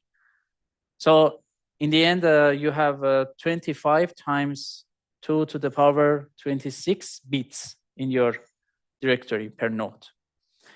So directory storage per block,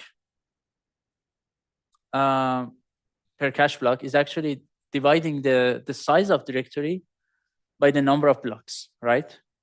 So essentially, you will reach to these 200 bits per block.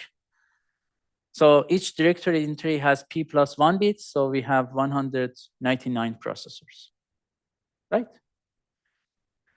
So now let's do some other calculations.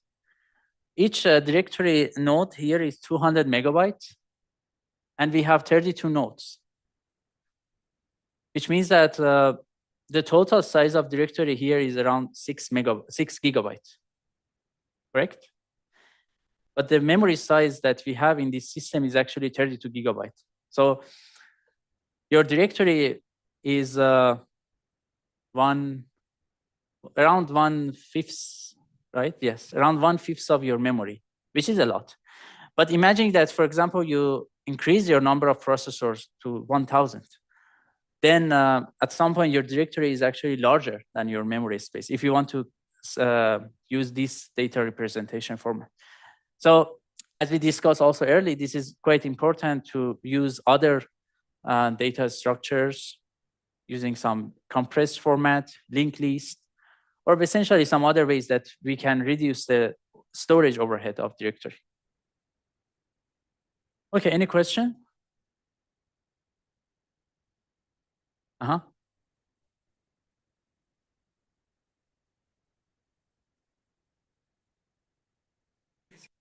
Yeah. In a system supporting virtual machines, one virtual, another. Mm-hmm.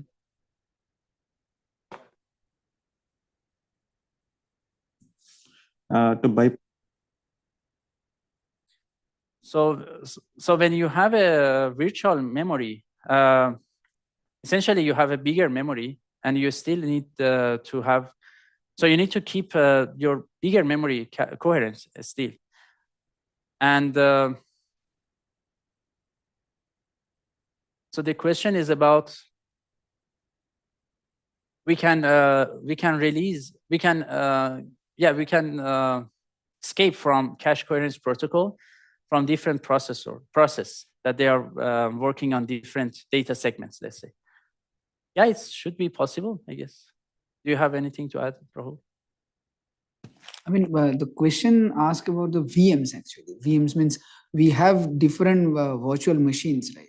So two virtual machines. So any process that is running on one virtual machine should not anyway access the space of other process running on other virtual machines. So he's asking like in this, So in this case, should we make the cache coherence aware of virtual machines that are running on top? Mm-hmm. So that we can bypass the cache coherence protocol, or maybe we can just make the cache coherence protocol like VM aware kind of. Yeah, exactly. I mean, I cannot think of something on top of my head that when there are different virtual machines and they don't have access to their memory, I don't think we need to keep cache coherent across them because they don't have shared data.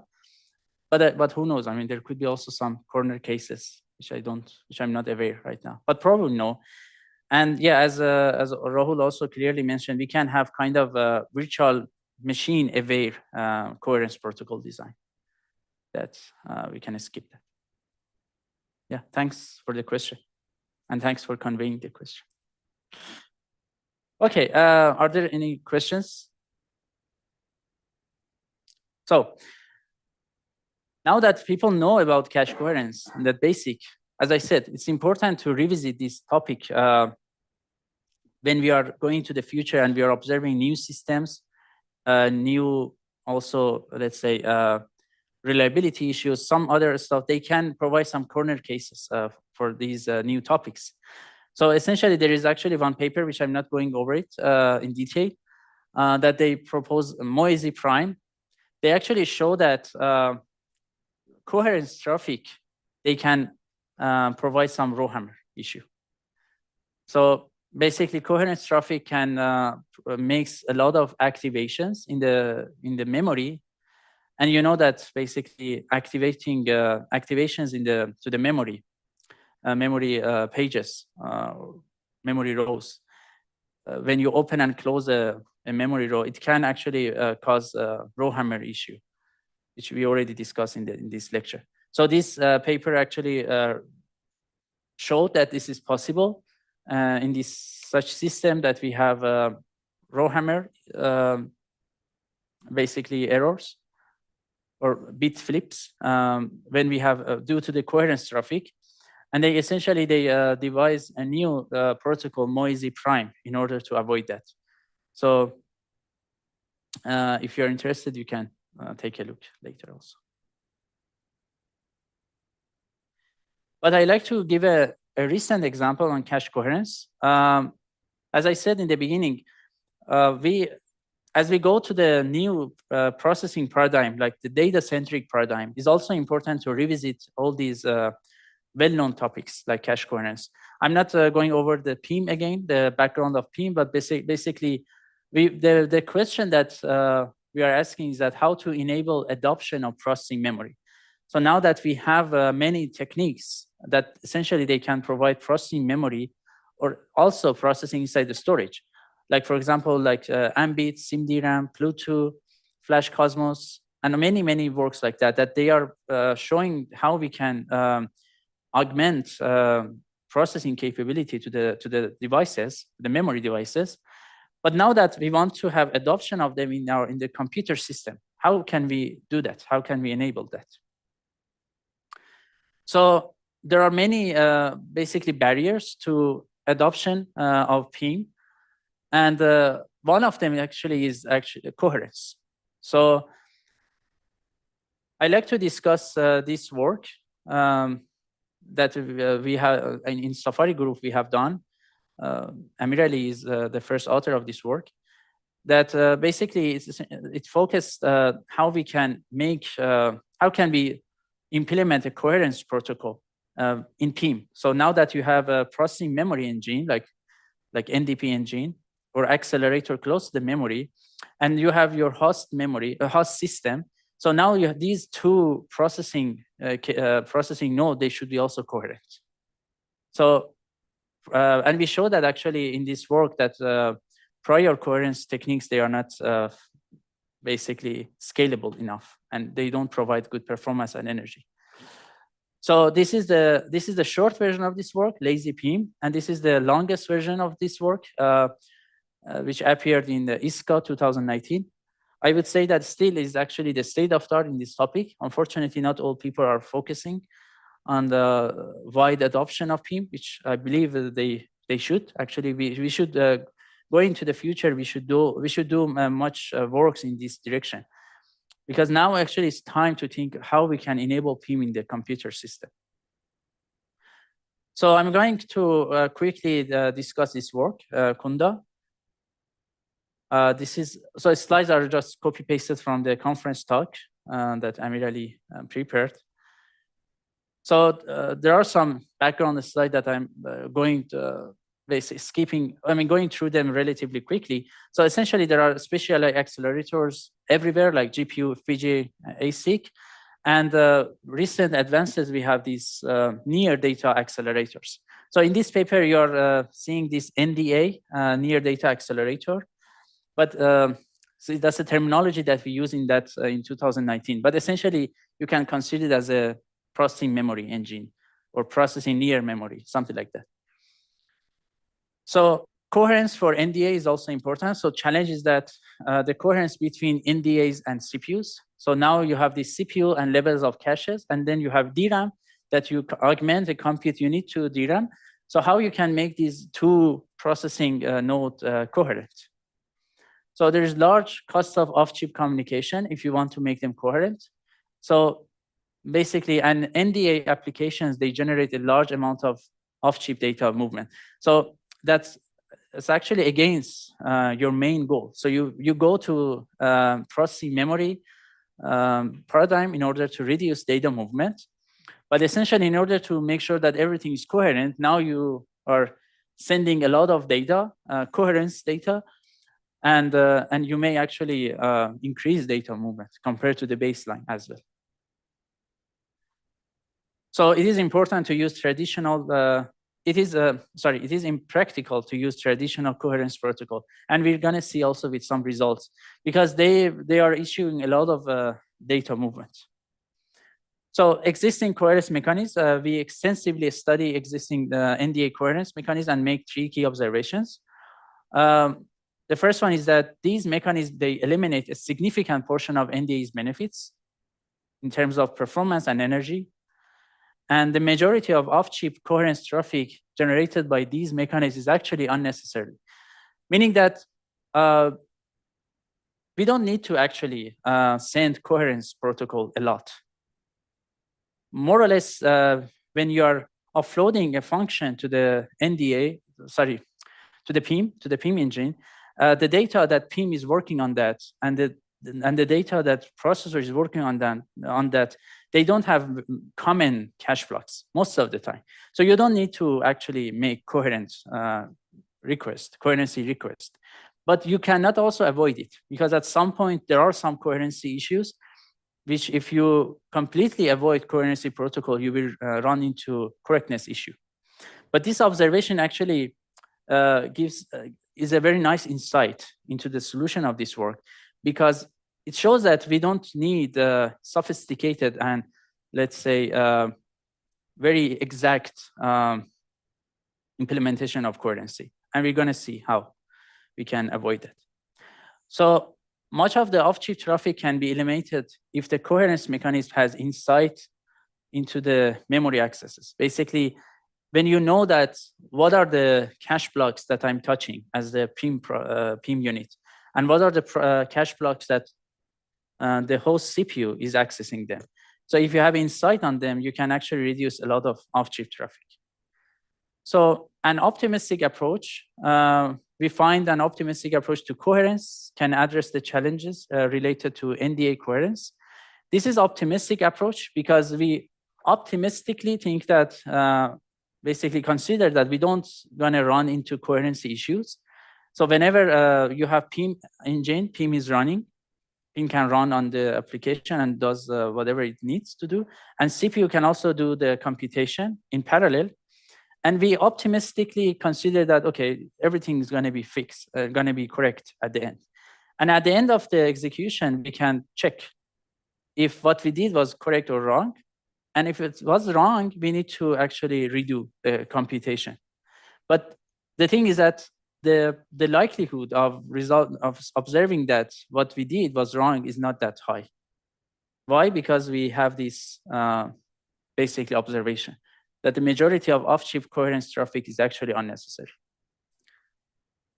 So basically, gain insight before any coherence checks happen and perform only the necessary coherence request. We propose Condo. And as a result, this Condo comes with between 10% and 4.4% of performance and energy of an ideal NDA coherence mechanism. So in ideal NDA coherence, imagine that we don't have any data movement or latency to keep NDA or PIM engine coherent with the CPU. So that's the ideal, which I would say too ideal. It's not easy to reach that. But this technique is actually working perfectly because it's very close to the ideal design. Okay, we have a background on the NDP that I'm escaping and motivation. So we analyze some applications. So the two applications domain that we analyze here is hybrid databases and graph processing. And we find not all portion of applications benefit from NDA. So we need, we have both memory intensive and compute intensive or cache friendly portions. So memory intensive, probably they should actually benefit from PIM. And compute intensive or cache friendly, they need to remain on the CPU.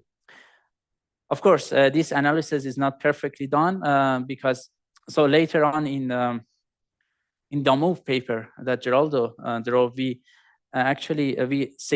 extensively evaluate and characterize many functions, and we characterize the basically the data movement problem in general, and how can we avoid or basically overcome the bottlenecks of data movement. Sometimes the solution is to use PIM, but sometimes the solution is to at the cache level. If you are interested to learn actually more about data movement bottleneck, I would suggest that you all actually check the move paper. Okay, so the first key observation from this one is that CPU threads often concurrently access the same region of data that NDA kernels access, which leads to significant data sharing. But second key observation is that CPU threads and NDA kernels typically do not concurrently access the same cache lines. So even though they are working on the same memory structures or memory region, but they are not usually concurrent, which means that you don't need to make them coherent because accesses are not happening concurrently to the same cache line. I mean, that's also very important to consider. So CPU threads rarely update the same data that an NDA or PIM is actively working on. This is very important. So we also analyzed 3 existing coherence mechanisms. The first one is non-cacheable, that we call it as a non-solution, if you remember, for cache coherence. Basically, we mark the NDA data as non-cacheable. So everything that NDA wants to work on it is non-cacheable. So CPU basically needs to access the CPU needs to access the main memory, so it cannot cache it. Another one is coarse-grained coherence, that basically get coherence permission for the entire NDA region. So when NDA or PIM is working on a segment of data, basically it takes the permission for that, and CPU cannot work on that. And actually, it's probably is not going to also result well, because we already showed that in this observation, the first key observation, that CPU threads often concurrently access the same region of data that NDA kernels access. So they are working, they want to work on the same region of data. But so if you make this coarse-grained coherence, means that CPU cannot proceed, probably, because CPU cannot access the data, and that can lead to performance overhead. Another way is to fine-grain coherence. So traditional coherence protocols for NDA, I believe we implemented the MESI protocol for this, but you can also check the paper for that. So yeah, so for non-cacheable, we mark NDA data as non-cacheable, I already mentioned. So CPU generates a large number of off-chip accesses because CPU does not cache them. And that significantly helps CPU threads performance. So non-cacheable fails to provide any energy saving and perform actually 6% worse than CPU only. So this is too bad, right? So we use, we did a lot, and we use processing memory in order to basically improve energy and performance. But because of this poor implementation of coherence, we not even observing saving, but actually we are observing, but also we are observing worse than CPU only. Coarse-grained coherence basically get coherence permission for the entire NDA region. So basically, as I said, CPU will get stalled and cannot work with NDA in parallel. So as a result, coarse-grained fails to provide any performance benefit of NDA and performs basically 0.4% worse than CPU only. Still a bit better. So at least coarse-grained coherence provides some energy saving. We're going to see also in the result. But in terms of performance, coarse-grained does not work well. So non-cacheable is even worse than that also, because it does not provide energy benefit and performance benefit at all. So fine-grained coherence, basically, it has a high amount of off-chip coherence traffic, because basically, whenever NDA wants to access a cache, a memory region, it needs to inform CPU and make sure that it's working on a coherent data. So it has a lot of off-chip coherence traffic. But so fine-grained actually, it eliminates 71.8% of the energy benefits of an ideal NDA. So we're going to see also fine-grained is actually better than works better than non-cacheable and coarse-grained coherence, but it still is not that good, because it actually eliminates around 72% of energy benefit of an ideal NDA. So here is the results of them. So you can see that basically this red one is actually non-cacheable. And in terms of energy, you are observing that it provides a lot of energy compared to the baseline, which is the black one. And this is the performance curve, which for different workloads. And basically, we are observing that non-cacheable and coarse-grained, none of them provides performance benefit. Non-cacheable actually degrades performance at some point. But fine-grained implementation provides some performance improvement and also provides energy saving. But still, there is a huge room between fine-grained and ideal NDA. So basically, poor handling of coherence eliminates much of an NDA's performance and energy benefit.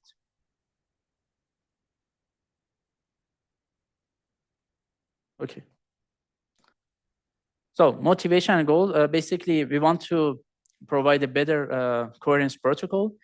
So the majority of off-chip coherence traffic is unnecessary, and our goal is to design a coherence mechanism that retains benefits of an ideal NDA and enforces coherence with only the necessary data movement. So whenever we are doing coherence, we do coherence only when we have to do it. So this is very important to do here. So as I said, the technique is actually optimistic implementation of coherence protocol. We leverage two key observations. Having insight enables us to eliminate much of unnecessary coherence traffic and low rate of collision for CPU threads and NDA kernels. And we propose to use optimistic execution. So NDA executes the kernel, and it assumes it has coherence permission, optimistically, right? And then gains insights into memory accesses. And when execution is done, performs only the necessary coherence request. Let's see with this example.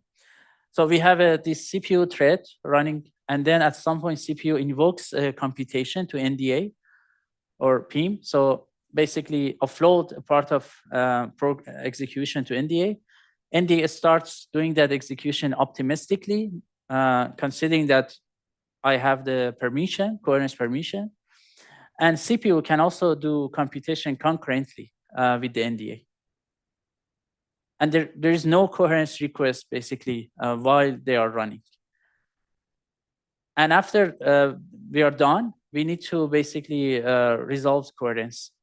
And we commit or re-execute. Basically, if there is no coherency issue after we run them, so we're going to see also how we do that. But we basically commit the result. So there could be some buffers in the CPU, in the NDA, that because you are running optimistically, or you can also consider it as a speculatively execution. So you do computation, you calculate results, but you shouldn't store your results in a final point, right? So you need to store in a kind of some buffers.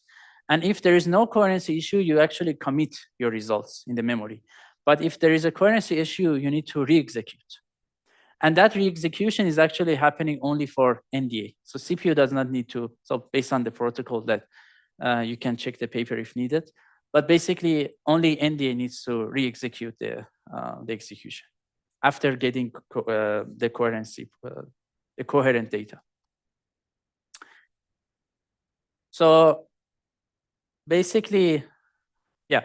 So while they are running, they are keeping track of blocks that they access and they write to, and they keep the signature of that. So signature you can consider as the way that we combine different blocks, address of blocks together. For example, you can think of a bit vector. I mean, consider it as a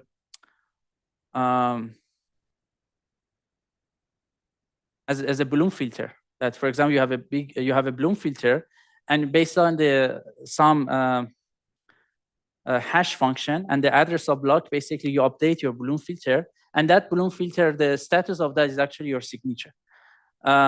This also provides the signature, and then after the execution, we need to basically NDA sends the signature to CPU, and CPU will check that if NDA touches some, if NDA touched some data or cache block that CPU has already written on them. So if that happened, so probably NDA operates on a cache block which was stale, and we need to basically re-execute. So basically, after sending signature, this coherence resolution happen, and then depending on the result of that, we can commit or re-execute the NDA operation. So how do we identify coherence violation? So coherence requests are only necessarily if both NDA and CPU access a cache line, at least one of them, and at least one of them updates. So there are, in the paper, you will see that there are 3 possible interleaving of accesses to the same cache line, like NDA read and CPU write, NDA write and CPU read, and NDA write and CPU write. So the first one is actually coherency violation, because so CPU writes to a block and NDA reads from that block, But unfortunately, NDA probably does not read the updated value. So reads the stale value, and that's the coherency violation. So NDA write and CPU read, we are resolving that at the synchronization level or consistency level also. So some of the other things are handling in other case. So we don't consider that's not a coherency issue, because coherency issue, if you think about it, is different from consistency issues. So we don't have a violation when NDA write and CPU read. I mean, again, you need to check the paper for that also. So NDA write and CPU write, again, there is no violation. So here is an example. CPU, for example, writes to block Z, and NDA reads from that block Z. So that's actually a violation. So with no coherence checks during NDA execution, so NDA reads old value of Z, and as a result, this is wrong. So CPU needs to flush Z to DRAM, and NDA needs to repeat it. This is another example that basically CPU writes and read to Y, and NDA also write to Y. I mean, of course, here we're gonna have consistency issue because there are different writes, and the order of writes matters. But we are considering here that those are, those have been addressed in other levels, like the consistency level and synchronization. So basically, CPU code and NDA code should be consistent. Should be consistent and should be synchronized.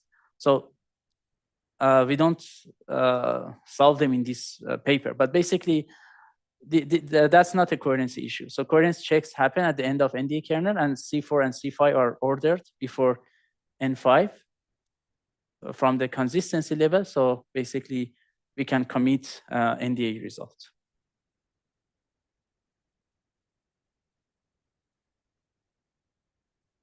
So let's also quickly take a look at architectural support for this.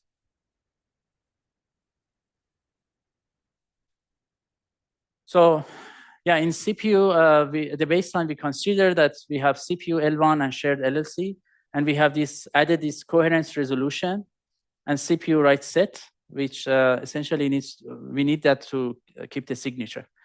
And in NDA core, we have also, we consider L1 cache, and NDA read set and NDA write set.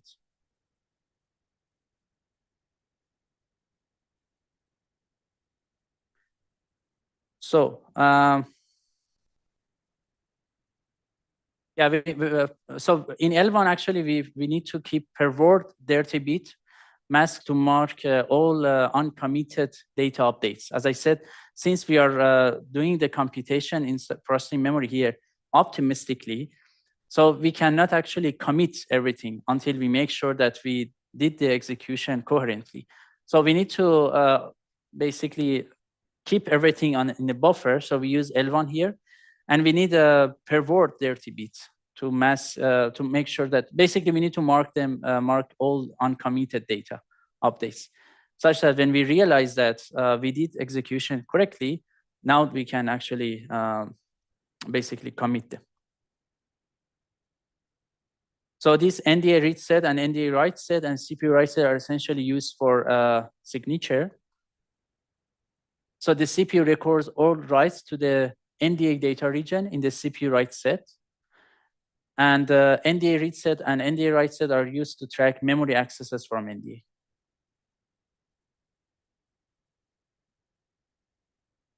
So as I said, this can be like with some sort of Bloom filter that you input the address to some sort of hash functions, and basically you store you keep track of this Bloom filter. So Bloom filter-based signature has two major benefits. It allows us to easily perform coherence resolution, and it allows for a large number of addresses to be stored within a fixed length register. Because if you really want to keep all these addresses back to back, you need actually a lot of memory memory storage for that. But with this Bloom filter, you can significantly reduce the cost of that. But it can come at some false positive also, which you may end up not committing NDA execution. So you may end up thinking that, okay, what NDA did was wrong. It wasn't coherent. So we need to re-execute. But essentially, that was a false positive. But the important thing is that Bloom filter does not provide false negative. So which is important for the correctness of this technique. Okay. So yeah, so in a coherence resolution, basically CPU write set and NDA read set, they are checking if we have a conflict. So if no conflict, basically any clean cache lines in the CPU that match an address in the NDA write set are invalidated. Because so even when there is no conflict, you need to do also something. So CPU does some execution and has some data in the region, and there were also some data in the CPU cache that they were clean, but NDA has already written on them. So we know that now we can commit the execution of NDA, so we don't have a conflict, fortunately. But the thing is that NDA should basically CPU should invalidate the cache blocks that NDA has written to them, right? In order to make sure that next time CPU will read the most up-to-date value of that cache block. So basically, if no conflicts happen, we can commit. But the thing is that any clean cache lines in the CPU that match an address in the NDA write set, I mean the set that shows the number of the addresses that NDA writes to them, they should be invalidated. And then NDA can commit data updates.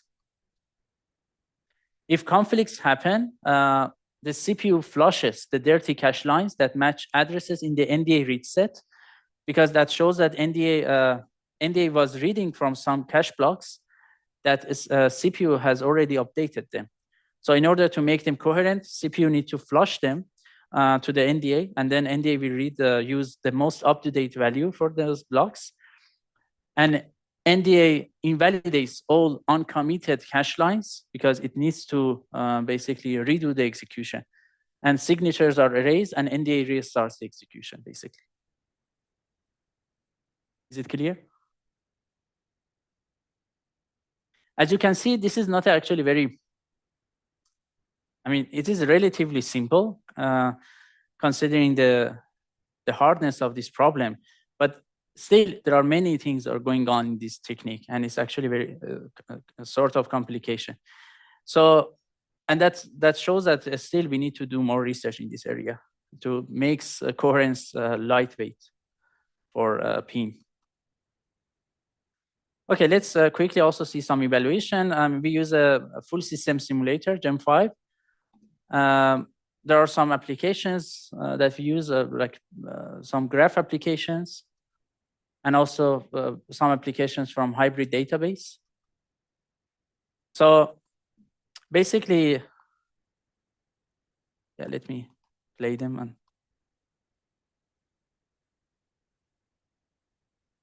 yeah, so basically Condo consistently retains most of ideal NDA's benefits, and it comes within 10% of the ideal NDA performance. So you can see that basically from that Gmin bars, Condo results are much better than other baselines, and it's very, I mean, much closer to the ideal NDA. Still, there is some room that we can actually work on that. So in terms of memory system energy, then we also observe that Condo is actually very close to the ideal NDA. So within 4.4%. But the difference between Condo and ideal NDA is actually getting worse. I mean, getting increased when we are going to higher number of stacks. I mean, when we have basically when we have more stacks of HMC, of processing memory regions. So now the coherence protocol that Condo is also doing is still high. And as a result, you can see that, for example, for 4 stacks, the difference is a lot. So, I mean, still much better compared to other baselines, but the speed up for the 4 stacks is around 3.3 times for the ideal NDA.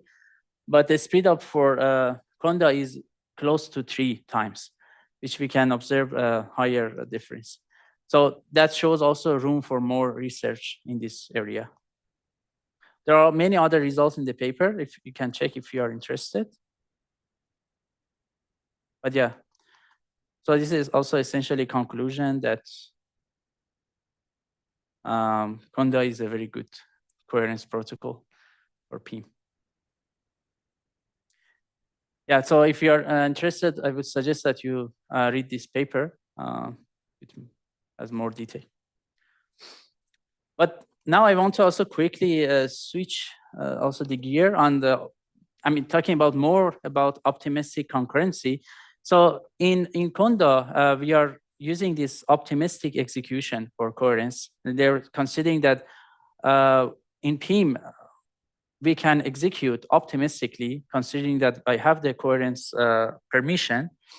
But this optimistic insight is also coming from a work like transactional memory, which has been published in ISCA 1993, which is architectural support for lock-free data structures. Have you ever guys heard about transactional memory in operating system, for example? Okay, so the idea is that programmer specifies code to be executed atomically as transactions. What does it mean atomically? Meaning that there are some code region that programmer puts transaction begin and transaction end, and the system should execute the whole code segment in the transaction, that transaction completely, or not running any of that, basically. So there could be several instructions in that region. So we may either run them perfectly, completely, or we don't run them at all, basically. So that's the concept of transactional memory. So if you have run some of them, you need to somehow actually roll back to the previous state. So in transactional memory, you always need to have this rollbacking. That has also some overhead. So it has, so hardware software needs to guarantee atomicity for transactions. The implementation could be actually in the software, could be in the hardware, could be hardware software. So it is actually motivated by difficulty of lock-based programming.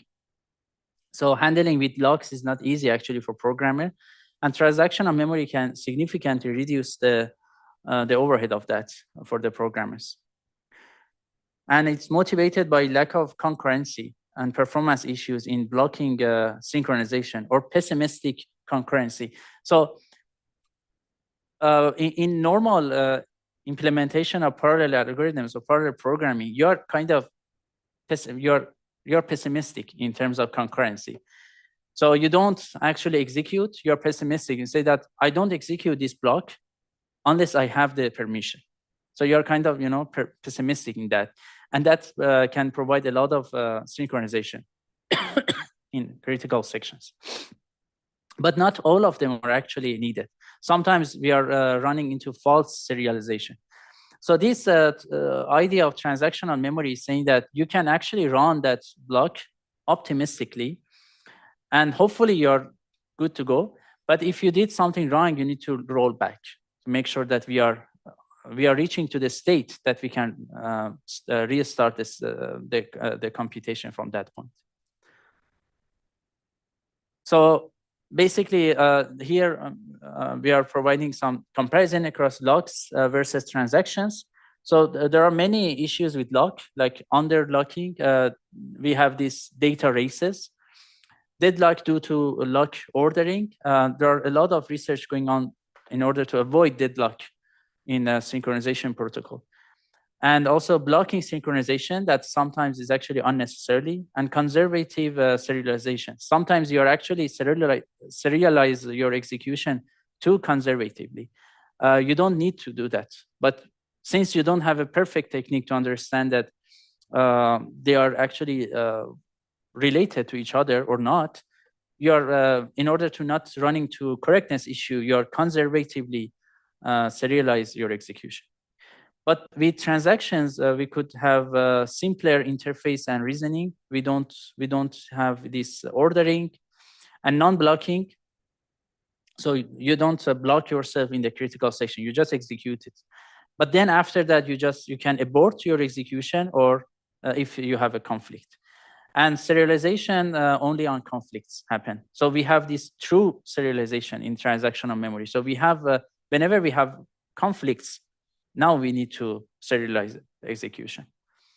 So essentially, locks are pessimistic concurrency, but transactions are optimistic concurrency. It's actually very nice to summarize the difference between locks and transaction.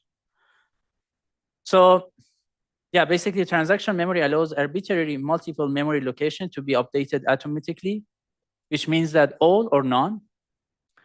So the basic mechanism is that isolation and conflict management, we need to provide that. So track read, write per transaction and detect when a conflict occurs between transactions. And then, so if you have conflict, you need to actually roll back and redo the computation. And we need to have version management. These are the important mechanisms should be supported in transactional memory. You need to have, you need to keep versions such that whenever you run into conflict issue, you need to roll back to the previous version. So this is very important. So we need to record new and old values. Where is another question to answer also. It could be different places in the system. And atomicity is another mechanism that transactional memory should provide, like commit new values or abort back to old values. So it should happen completely. Basically, all or none semantics of a transaction. This is very important to pay attention in transactional memory. So issues the same as other speculative parallelization schemes. So basically, whenever you have this kind of speculative techniques, you have some common issues. And essentially, you have also them in transactional memory, because that's also another speculation execution.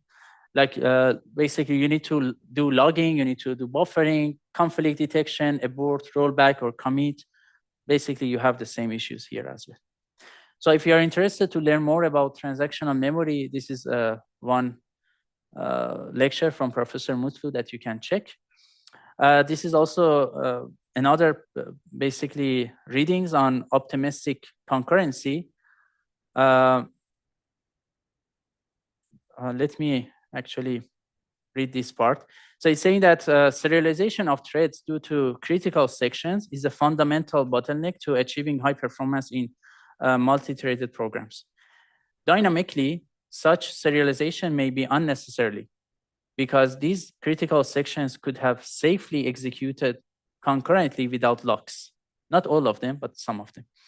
Current processors cannot fully exploit such parallelism because they do not have mechanisms to dynamically detect such false inter-thread dependencies.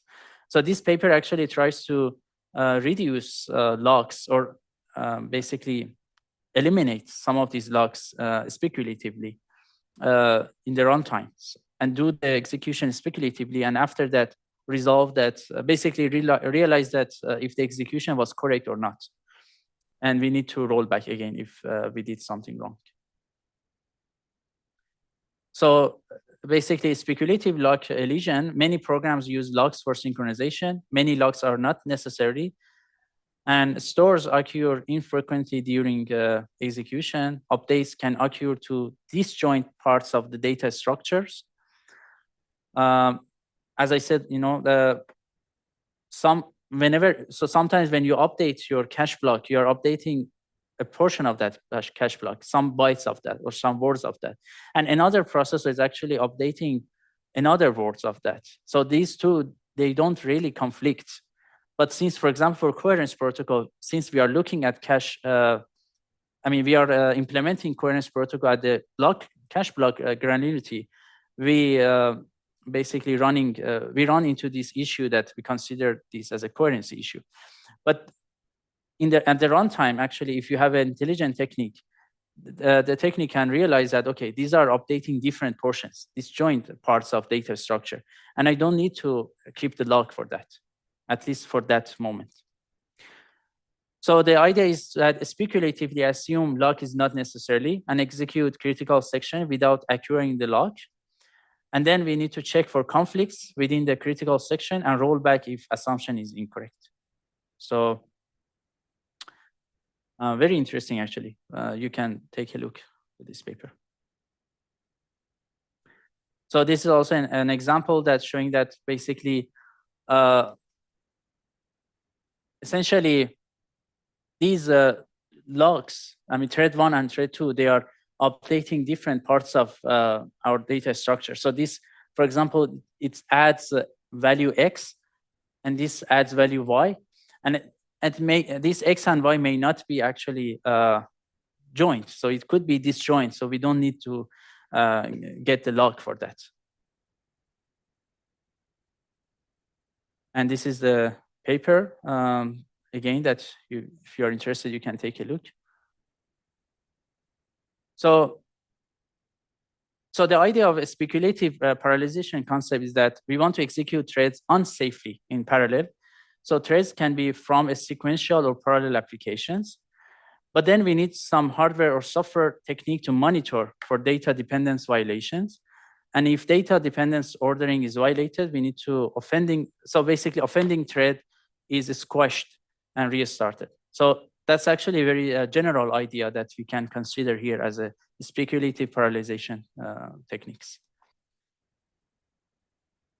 So if data dependencies are not violated, thread commits. And if threads are from a sequential order, the sequential order needs to be preserved. So threads commit one by one and in order, basically. This is also another the lecture from Professor Mutlu about this topic I think this one was in CMU, Carnegie Mellon. So if you're interested, you can watch this video. And I think, okay, we are 9 minutes early. I can take some questions if you have. Or we can welcome weekend earlier. Whatever you prefer. Any questions? Okay, perfect. So have a nice weekend, and I see you next Thursday. We're gonna have a nice lecture on, hopefully nice lecture on interconnection network and network on chip. See you.